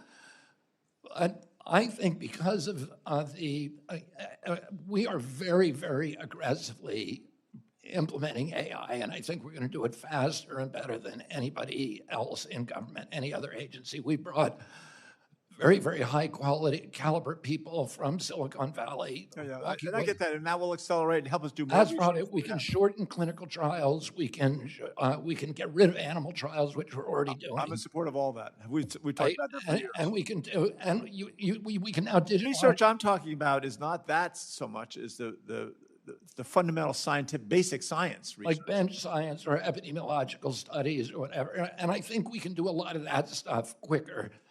You know, I'll take as much money as you give me and I'll spend it well. But I just want to make sure to urge you to be a fighter for more of that research, because there's a questioning of science right now within many in the White House, not everyone, but many in the White House. It really needs to be pushed back.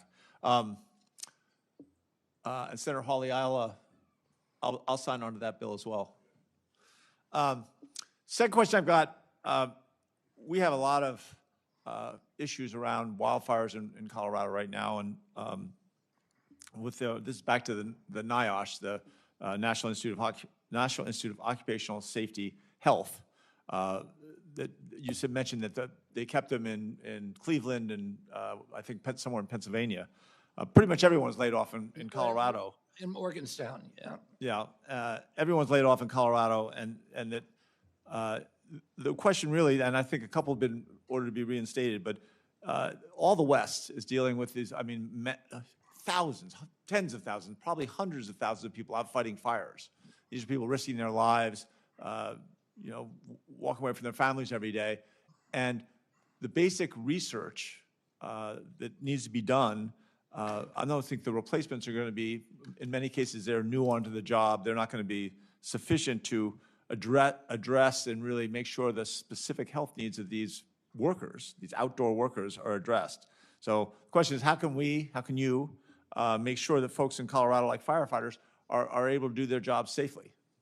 I think a lot of the cuts that we're implementing now are painful cuts, and that they, they're cuts that are going to be difficult. But I think the president's position is that we're spending $2 trillion that we don't have, that we are taking from our children. And we've got to protect their rights to prosperity, to enrichment, to dignity, to choice. And, so. I've heard that argument, and I appreciate it. And I'm a voice of frugality, at least in my office, and try to push it around the Senate where it's allowed. But we're looking at a budget that's going to increase the deficit by who knows how much, $4 to $5 trillion, to take things like this that we know are successful, and not just for Colorado, but for almost every Western state essential, and you're saving such a small amount of money for something that's so important. I just hope that you can push back on that a little bit, and someone's got to take a stand for these things that are minor financial benefits, but significant losses to how we provide safety for workers and our citizens. I'm happy to work with you on that, Senator. Okay, great. I yield back to the chair. The committee will adjourn for 5 minutes, subject to the call of the chair.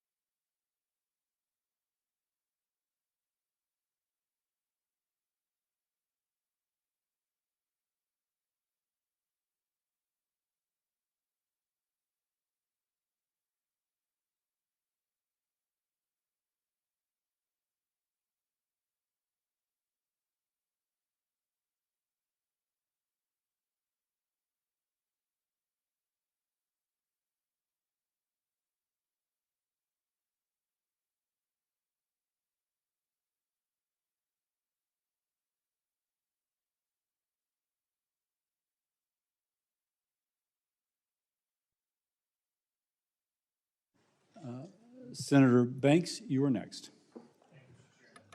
Senator, can I just say one word? Yes, sir.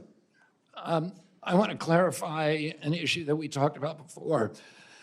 Senator Murray had raised the issue of a constituent of hers who she said had been denied a place in a clinical trial in Washington due to the RIF. We've been able to run down that case. The patient was medically ineligible for that trial. Medically ineligible? Medically ineligible. It had nothing to do with the RIF. And NIH had been trying to get her into another clinical trial, but none of our clinical trials were shut down because of the RIF. That was a canard. Thank you for the clarification. Senator Banks. Compassion for Americans with autism and their families. There's still so much that we don't know about the conditions, and there are many questions to be answered. And that's why I was glad that you recently announced an autism research database similar to a registry that you created. The NIH has more than 80 registries for different diseases, and they're a critical tool to understand disease progression. But even in spite of all of that, you were immediately attacked for privacy violations and accused of ulterior motives. Can you tell us today, how will this database handle protected health information, and is it an opt-in or an opt-out database? This is like, thank you, Senator, for asking that. This is a database, as you say, there's actually 190 disease databases at my agency. Almost every important disease has a registry. And the red arthritis has a registry, for example, heart disease, cancer, various kinds of cancers. And the registry is intended to help scientists research what causes the etiology of diseases and also what the cures are. It's entirely voluntary. Patient privacy is protected. The data is digitalized and depersonalized so that people cannot find out who the patient is. And patients have an absolute right to opt out of it. So it's entirely voluntary. But it's a very important tool for scientists to use who want to understand how to treat diseases. If there's a number of people who've used, for example, chelation therapies on autism, and you can look at that, you can see what the outcomes were, or other kinds of therapies, microbiome treatments, all these various treatments that physicians and frontline treatment nurses and doctors are using across the country to address disease and find out which ones work and which ones don't. You've also been accused of assuming an environmental cause of autism and rejecting a genetic cause. Can we say that your critics are misrepresenting what you really believe? Well, I don't think, I think if my critics are saying that I reject a genetic cause, I think they're correct in the sense that the autism is an epidemic and the genes do not cause epidemics. They can contribute a vulnerability, but you need an environmental toxin. It's like cigarettes and smoking. Smoking cigarettes was killing 1 out of every 5 of its customers, the tobacco industry. That meant 4 out of 5 were survived. So there's a genetic component to the ones who got lung cancer and died. And that is a genetic vulnerability, but you also need an environmental toxin. You cannot have a sudden epidemic without an environmental exposure. Have you halted or redirected funding away from any pre-existing autism research? I am told, and I haven't done this calculation myself, but I'm told that there was a 20-to-1 research ratio for genetic cause of autism over the past 20 years at NIH. And if you ask me, I believe that was because they did not want to look at the environmental exposures because they were scared of what they'd found. So I don't think we should be funding that genetic work anymore. I think we know a lot about the genes that provide vulnerabilities, high testosterone, low glutathione, the MTHFR gene, the genes that control methylation. All of these are involved, and we know that. And what we really need to do now is to identify the environmental toxins. I appreciate greatly your attention and effort on that. Secretary Kennedy, we're importing a third of our medicines from China. It's a public health risk as well as a national security risk, and you and I discussed this in your confirmation hearing. I asked you at that point about reshoring medicine production from China during that hearing. I wonder if you could give us any updates on how that's happening. Yeah, I think there are very exciting things happening, and some of them is a direct result of President Trump's tariffs. And I've been working very closely with David Ricks of Eli Lilly. I think they've been the most aggressive of any of the pharmaceutical companies about answering President Trump's summons to onshore production. They have 9 facilities now that are breaking ground. And one of them, the API facility that they're breaking ground on, will be, I believe, the biggest API facility in the world. These are ingredients, active pharmaceutical ingredients. China controls that market right now, and this single facility could give us back dominance of that market. So I'm very, very optimistic about what's happening, and I'm very grateful to Eli Lilly, which has not always been a big ally of mine. I'm grateful, and we've been working very closely with the leadership of Eli Lilly to make sure they get what they need to onshore production, because we saw during COVID that for essential medicines, we cannot afford to have the ingredients offshored. Thank you for your leadership. I yield back. Senator Markey. Thank you. Mr. Secretary, all I've been hearing from you today is your defense of and advocacy for brutal cuts to Medicaid, brutal cuts to NIH research to find the cure for Alzheimer's and cancer and other diseases, brutal cuts to community health centers, brutal cuts to the CDC, the early warning system for diseases, and all to find the funding for tax cuts for billionaires and millionaires. That's all I've been hearing. And it is absolutely unbelievable that the Secretary of Health and Human Services can sit before the Health Committee and make such an argument. So, Secretary Kennedy, for months I've been hearing from people about the impact that you and Donald Trump have had on them, and for months I've been sharing their stories, and I've compiled them here. And Mr. Chairman, I'd like to include my Make America Sick agenda. Without objection. Included in the record. Thank you. This is a set of stories that are being told to me that I would like to relate to you. Jennifer, who's from Massachusetts, is a stage 4 cancer patient. There is no cure for her diagnosis. Her life depends on federal investment in research and for clinical trials to continue uninterrupted to find a cure for Jennifer with NIH funding. She's right to be worried. I heard from Henry in Rhode Island, who wants a continued funding for cancer research where he works. He's worried about getting fired because the lab's NIH grants under new leadership were cut. He wants to work on cancer research to find the cure for Jennifer. You've already terminated $1.8 billion in NIH funding, which for Jennifer should really stand for National Institutes of Hope. She's losing hope. You're defending a 40% cut, Mr. Secretary, in research for Alzheimer's, for cancer, for stroke, for diabetes, for mental health. They're being slowed, they're being slashed. And I understand streamlining, but this is not streamlining.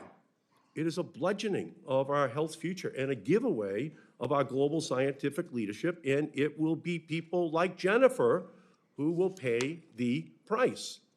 Lou from Massachusetts, he wrote to me about his son who died of an overdose.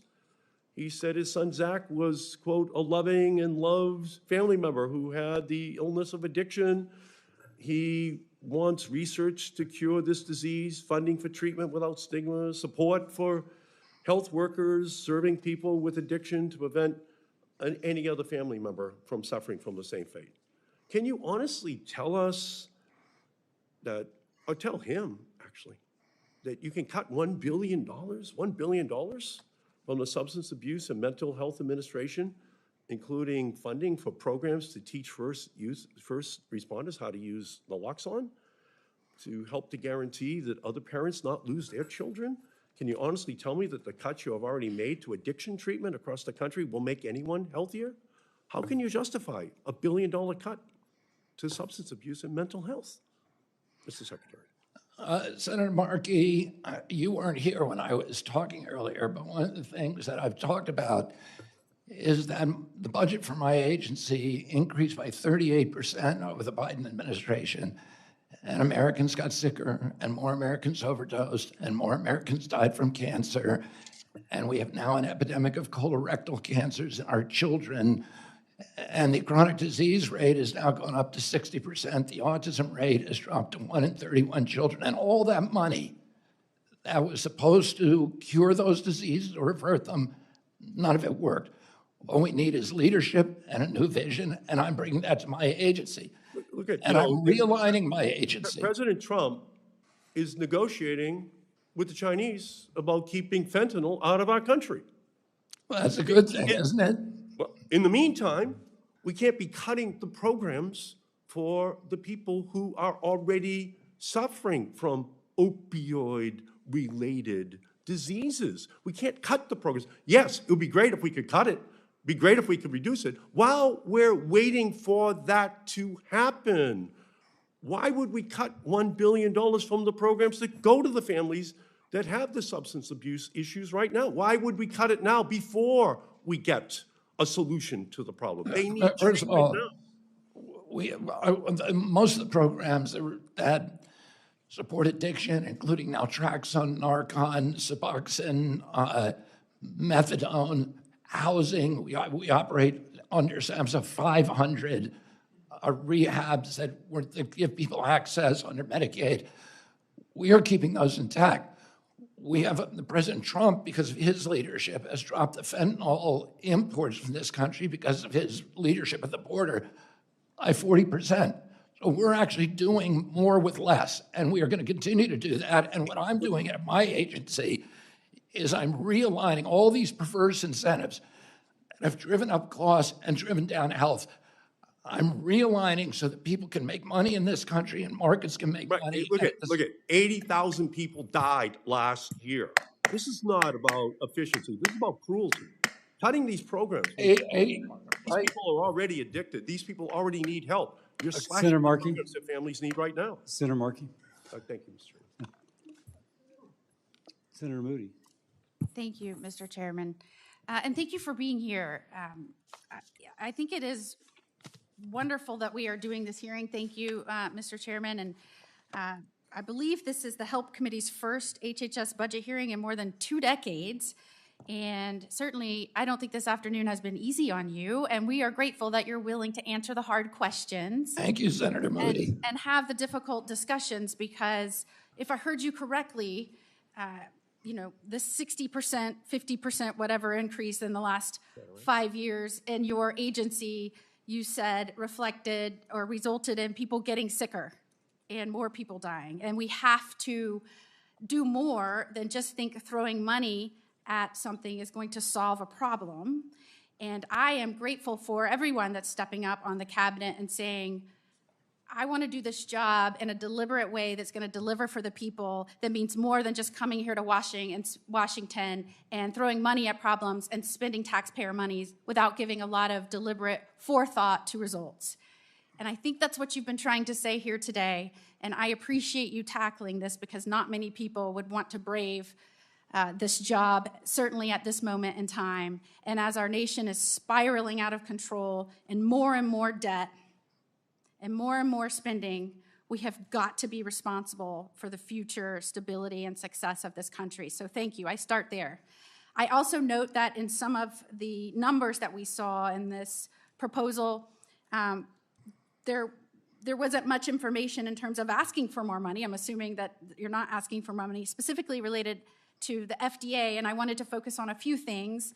And I believe your approach is probably going to be, how can we be better? How can we use the resources we have to do more for the American people, deliver on their health without spending more money? And one of those ways I believe in the FDA would be to tackle Chinese illicit vapes.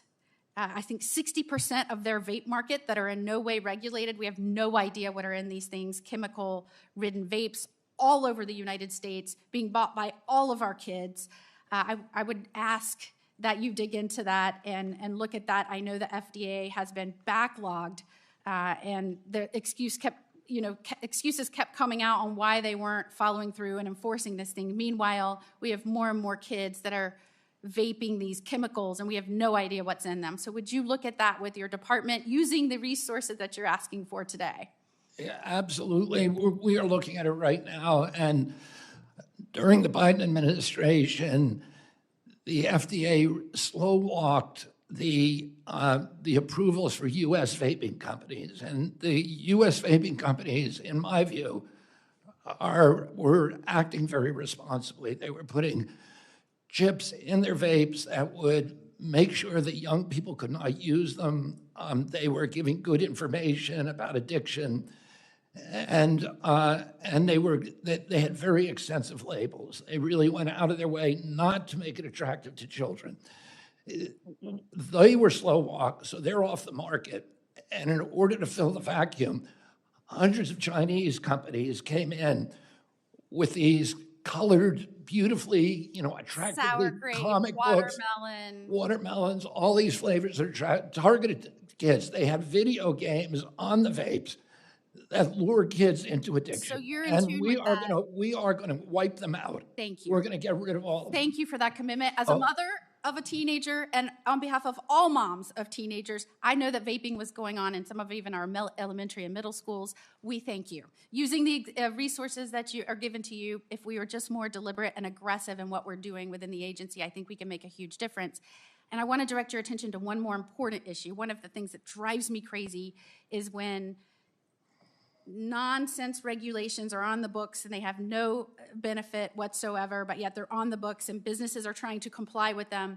In our citrus industry, our orange juice producers, there is a regulation that requires a certain sugar content. It's called a BRIC standard. It doesn't affect quality or nutrition at all. In fact, our oranges now that are being produced in Florida produce slightly less sugar.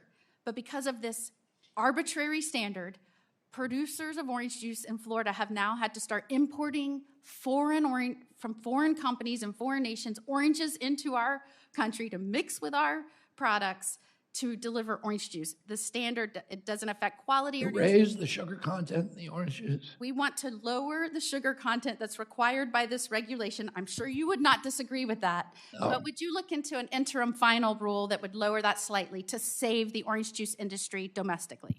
Yeah, why don't you call Heather Flick, who's popular, Hannah Anderson, this week, and we will act on that as quickly as we can. Again, using the resources we have, just being smarter in our approach, we can do a lot to save a once thriving industry. Thank you. Thank you. Senator Kim. Thank you, Chairman, Secretary. I wanted to just relay, I had a town hall, I had a fire captain show up to this town hall, somebody who worked at Ground Zero, and he is somebody who said he was diagnosed with cancer. He said he's on borrowed time, and he was livid, absolutely livid about what he said, the administration gutting the World Trade Center health program.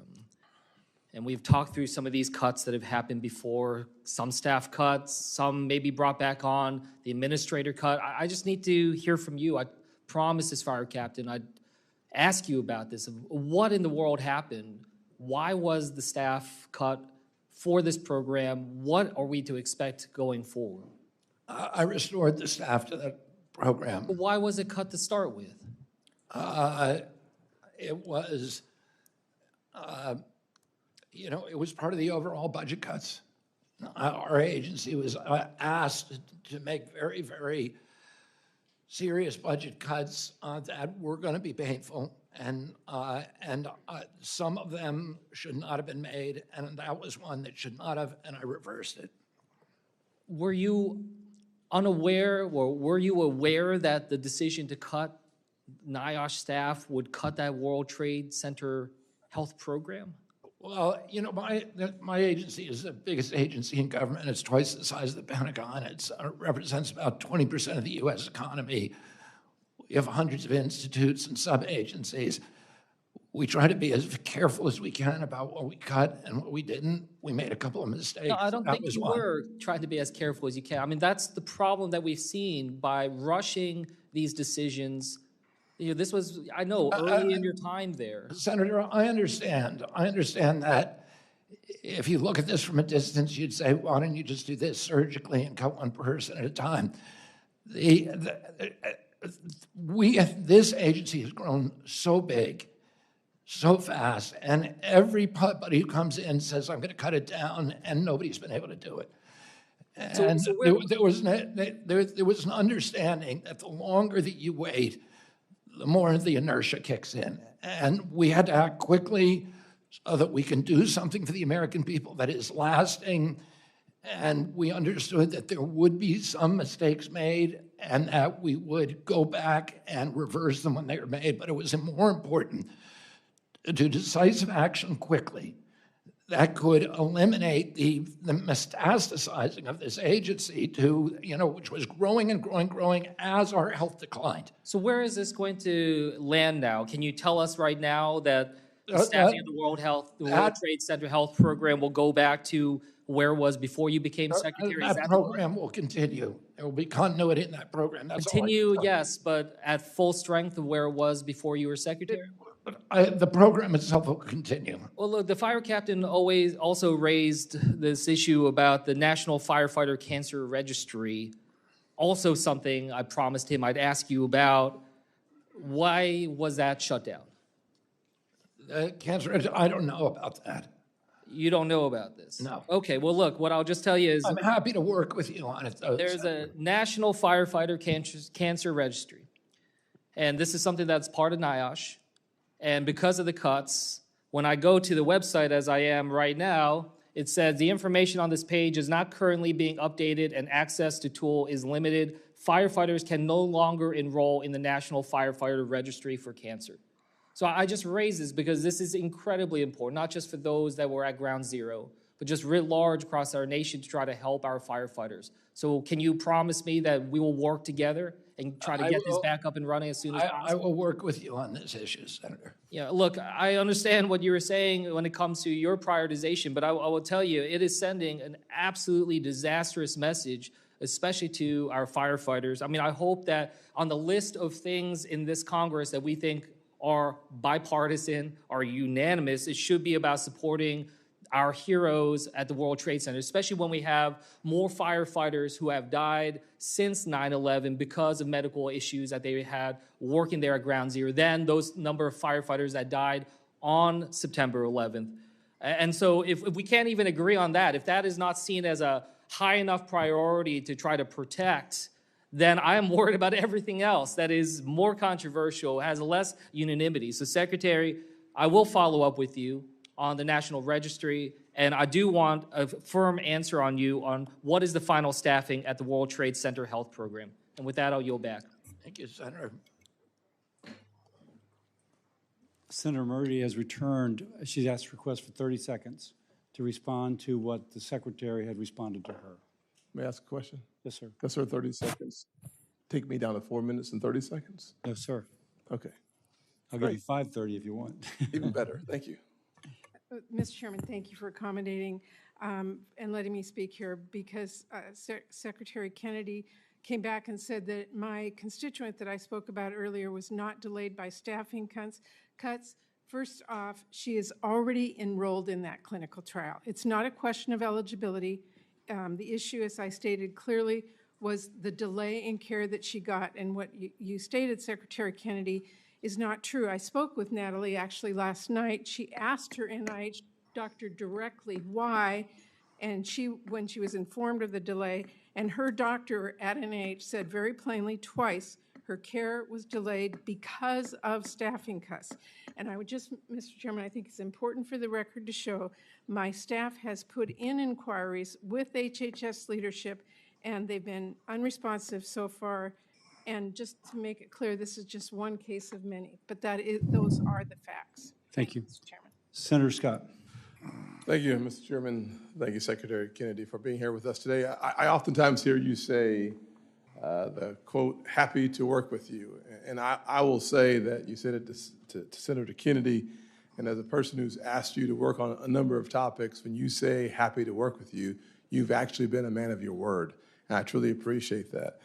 We talked about the importance of sickle cell anemia and the research being done, and I invited you down to South Carolina, and you took me up on my offer. You came last month, and I really appreciate you taking the time and investing the energy to talk about an issue that's critical to so many folks, specifically African Americans. And as a guy that is thankful that we are working to eliminate diversity, equity, and inclusion in the federal government, I do not want some folks to think that all things racial are somehow DEI. And frankly, sickle cell anemia is a classic example of something that has a racial nexus, but it's not diversity, equity, and inclusion. It's just a basic fact that African Americans, 99.9% of the time, are the folks that are suffering through sickle cell anemia. And frankly, if you go beyond sickle cell anemia, you find other diseases that have a consistent presence in minority communities. And to that end, I think it's really important that we continue to work together on building on issues impacting minority and other communities. And I would love, Secretary Kennedy, as you move through this reorganization that you are currently going through, I would like for you to answer the question, will you commit that programs involving minority health will continue and not get tied unnecessarily and inappropriately to DEI? Yeah, absolutely. We will continue. I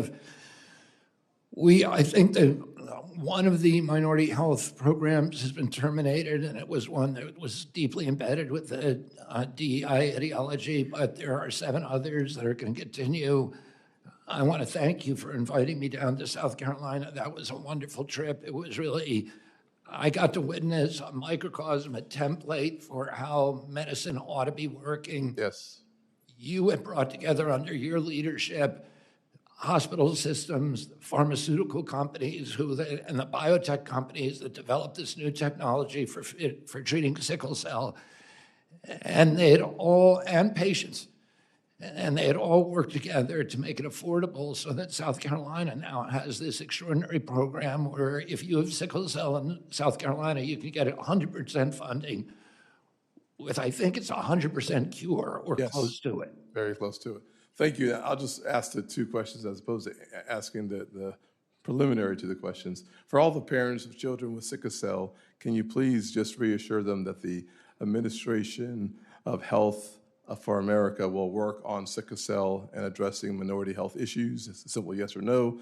And will the full budget, and when it's released, reflect funding at AHA for both the Office of Minority Health and Sickle Cell Activities that used to be housed in CDC? Yeah, absolutely. My commitment. In fact, I had a company in this morning meeting with FDA that has a new technology that it seems as effective and may be even more economical. And I'm very, very excited, and I'm excited to show it to you if it proceeds, if it makes it through the traps at FDA. Excellent. But yeah, absolutely. I'm going to continue to make that a priority of this agency. Great. Let me change topics quickly with my minute and 45 seconds left, since I was extended extra 30 seconds. Thank you, Mr. Chairman. I really appreciate the work that you're doing, frankly, as it relates to addressing how our food supply contributes to chronic diseases, including the phasing out of petroleum-based as part of your Make America Healthy movement. I'm really encouraged by the FDA's announcement last week approving 3 new natural color additive petitions. During your confirmation hearing process, I shared your passion for shaking up the food industry, and you are truly doing just what you said you were going to do as it relates to food additives. Because of your bold actions at HHS regarding petroleum-based food additives, the food industry responded by getting rid of these dyes in favor of natural alternatives. Thank you for your work in bringing healthier food options for our kids. Can you talk about how you will use your position to continue to build on your work eliminating artificial food dyes to further improve the quality of food sold to Americans in our quest to make Americans healthier? Yeah, I mean, one of the big areas of neglect has been linking specific food additives and food processes to the chronic disease epidemic. The NIH has neglected that area of study. It is now the central focus of NIH. It's going to be looking at, and FDA, looking at ultra-processed foods, at sugars, and the 10,000 additives that are in our food that are in nobody else's food in the world, and looking at the impact so that we can put accurate labeling on, and when they're really dangerous, we can revoke their authorizations under GRAS. Thank you, sir. Thank you, Chairman Cassidy, Ranking Member Sanders, and welcome, Mr. Secretary. I have nothing personal against you. I don't even know you. But what I do know, as the former Deputy Secretary of Health and Social Services in Delaware, is how important your agency is to the lives of so many people in our country. During the confirmation, your confusion of Medicaid versus Medicare did not instill a lot of confidence. But today, as you talk about these budget cuts being painful, I am reminded of Delawareans who have come up to me and cried and said, please don't let folks take away my Medicaid, individuals with disabilities. While you talk about cutting this large department, there are talks about including more things in the department from the Department of Education. And so I'm concerned about that. And when we met in January, you committed to radical transparency and responding to all congressional inquiries within 30 days. Since then, we've sent dozens of letters. And to my knowledge, like Senator Hassan, I haven't received any responses. And given your stated commitment to transparency and your focus on efficiency and responsiveness in your opening comments, I think this is a great opportunity to get your commitment that you will respond to the letters from this committee, and also an opportunity to maybe talk about a few of the things that I wrote to you about. So let's begin with this letter. In March, I wrote to you expressing my concern about the delayed meeting of the federal vaccine experts, otherwise known as ACIP. The meeting of this committee is a key step in getting vaccines to millions of people, from babies to seniors, and delays can have negative impacts on vaccine accessibility and affordability.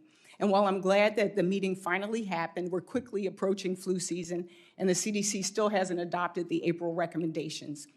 And I can understand the delay, given that there seems to be no current CDC director. So in the spirit of radical transparency, my question is, who is the acting CDC director? The acting director was Susan Menares, but she is now up for permanent director. And so she's been replaced by Matt Bozzoli. Does this person have a medical background? I believe. Or public health expertise? He's a public health expert. Public health expert. So the fact that the recommendations are kind of stuck is, and the fact that you kind of had a... Well, can I clarify something? The ACIP does not do the flu shot. Yeah, I don't want to get into the specifics of that. And those, the flu shot was, and my question was more about, do we have a CDC director? And then I want to enter into the record information about what harms could be caused until we get one. Is that a We request? want the director. Love to shift We're gears. relying on this committee to. But this was my question. This is my confirm the time. director. We are senators, and so I don't want to have the same exchange that happened before with other people. I just want to ask my questions. I want to just shift gears. Your proposed compassionate budget would cut funding for multiple maternal and child health programs. And I know, as a new parent, I remember learning that my baby should sleep on their back. The NIH Safe to Sleep campaign, you've shuttered. After launching this campaign in 1994, the rate of sudden infant deaths dropped by 50%. Many parents in this room maybe remember getting their children screened for hearing loss or rare diseases. That program has also been shuttered. You've cut programs that collect data on IVF, maternal health, infant mortality, all while President Trump is calling himself the fertilization president. None of these policies are based in compassion. And my only concern, even following up on Senator Kim's question, is understanding what goes into gutting a program that has increased, the efficacy of parents and being able to take care of their children. My time is expired, but I will just say, again, a budget is a reflection of priorities, and to me, this budget, the cuts to Medicaid that are talked about right now across in the House of Representatives are going to have real, like you said, painful impacts on people's lives. And I hope there's some real compassion in the end, and I hope that you hear from our constituents as we are hearing from them as well, and we will continue to try to fight for them. So I yield back. You've left me no time to respond, but I can assure you that I will act with compassion. Senator Also Brooks. Thank you so much, Mr. Chairman. Mr. Secretary, I'm over here. I've been sitting through this hearing all day today and have noted that you've been unable, in most instances, to answer any specific questions relating to your agency. Because I haven't been given time. Well, no, you have been given time, but the point of the matter is you've been unable to answer specific questions. Sir, you are the wrong person for this job, and you had in this hearing today the unmitigated gall to say at the beginning of your testimony that China is ahead of the United States in healthcare because China does not have DEI. I didn't say that. Well, we can roll back the tape. You absolutely did and you will say find that. I didn't say that. That is absolutely what you said. I was talking about science, and I didn't say they're ahead of us. They're ahead of us in some forms of science, certainly not in healthcare. Well, we can roll back the tape, but nonetheless, let me go on with my questions and ask you this. You just heard about the Safe to Sleep campaign, and you have made cuts. You made it very clear here today. You have no knowledge whatsoever of the absolutely amazing scientists and researchers who you have callously fired. You know nothing about the cuts. You can fire any working scientist, Senator. That, sir, is not true either. But nonetheless, But it is true. It is not true. Let me ask you another specific question. The Safe to Sleep campaign. Well, then can you name, sir, which office the Safe to Sleep campaign operates out of? The which campaign? Well, that's the one that the senator just asked you about 2 minutes ago that prevents babies from dying in their sleep. A 30-year program inside your agency. You would agree that it's important. I think it's part of HRSA or ACF. It's ACF. No, actually, it's in Health and Human Services. Yeah. And I think, and again, No, they're all within Health and Human Services, but the subdivision is ACF. No, actually, the name of the Administration office of Children and Families. No, let me tell you what it is. The National Institute of Child Health and Human Development. This is actually the one that your aunt, Eunice Kennedy Shriver, is the person who it's named after. And you noted just a moment ago, the senator reminded you that although this is a very important agency, prevents babies from dying, this is the same one you fired every single person in this office as of April the 1st. It is also, as I said, there were no working scientists fired during the RIF. We can bring you that information later, but because what you just said is not true. Well, then the question also is, in addition to firing the individuals who make sure babies don't die in their sleep, why did you cut funding and staff from the CDC's National Center on Birth Defects and Developmental Disabilities, which supports the Special Olympics? Was that a mistake? I've heard you say you've made some mistakes today. Was that also a mistake? We switched those programs to the Administration for Healthy America. They have not been cut. Well, the funding has been cut, and this is one that oversaw the Special Olympics. Are you aware of that? We have not cut the Special Olympics. you've cut the funding, and you also dismantled the Division of Reproductive Health and Women's Health and Fertility. You're aware of that, right? We have, right now, we have 42 divisions that do maternal health, and we're consolidating them. And the mainstream media has portrayed those as cuts, but they're not cuts, they're consolidations. It's ridiculous to have 42 divisions that are all supposed to be doing the same thing with their own administrators. Well, let me ask you a question. So it doesn't exist right now, it's been dismantled. That is a fact, that particular division, what you plan to do in the... There's 42 divisions on maternal health, we consolidated. Sir, let me finish what I'm saying here. The fact of the matter is you have dismantled it as we speak. And are you aware, what does the assisted reproductive technology mean to you? Are you familiar with that? Are you talking about IVF? Well, it's assisted reproductive technology. It's a division. Do you know what it does? Is it part of NIH? No, it's actually a part of your agency. It's a Oh, part. NIH is part of my agency, Senator. You should know that. I do know that, but it's actually a part of, it's the CDC is where it is. Okay, then it's CDC. Right, okay. Let me just ask you, and again, these are all of the things you seem unfamiliar with, the ones, the programs that you've cut. You're unfamiliar with my agency, that NIH and CDC are part of HHS. Oh, I absolutely know. NIH is in my county. I was there this past weekend with the researchers that you have fired. So I absolutely know where NIH is, sir, and don't need any help from you in knowing that. I see the time. Thank you. Senator Blunt Rochester, did you have something you wanted in the record? You mentioned something but didn't formally ask, and I want to make sure. Yes, Mr. Chairman, I'd like to introduce this into the record. It is, the CDC has no acting director, sources confirmed. Without objection, it's entered into the record. Thank you so Senator much. Sanders.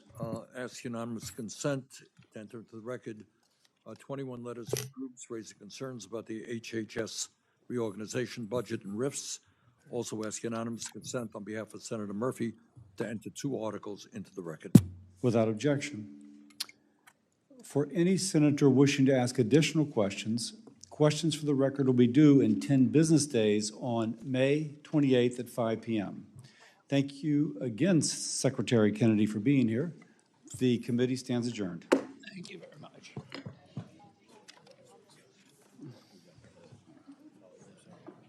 Yeah, but I think it's going to be.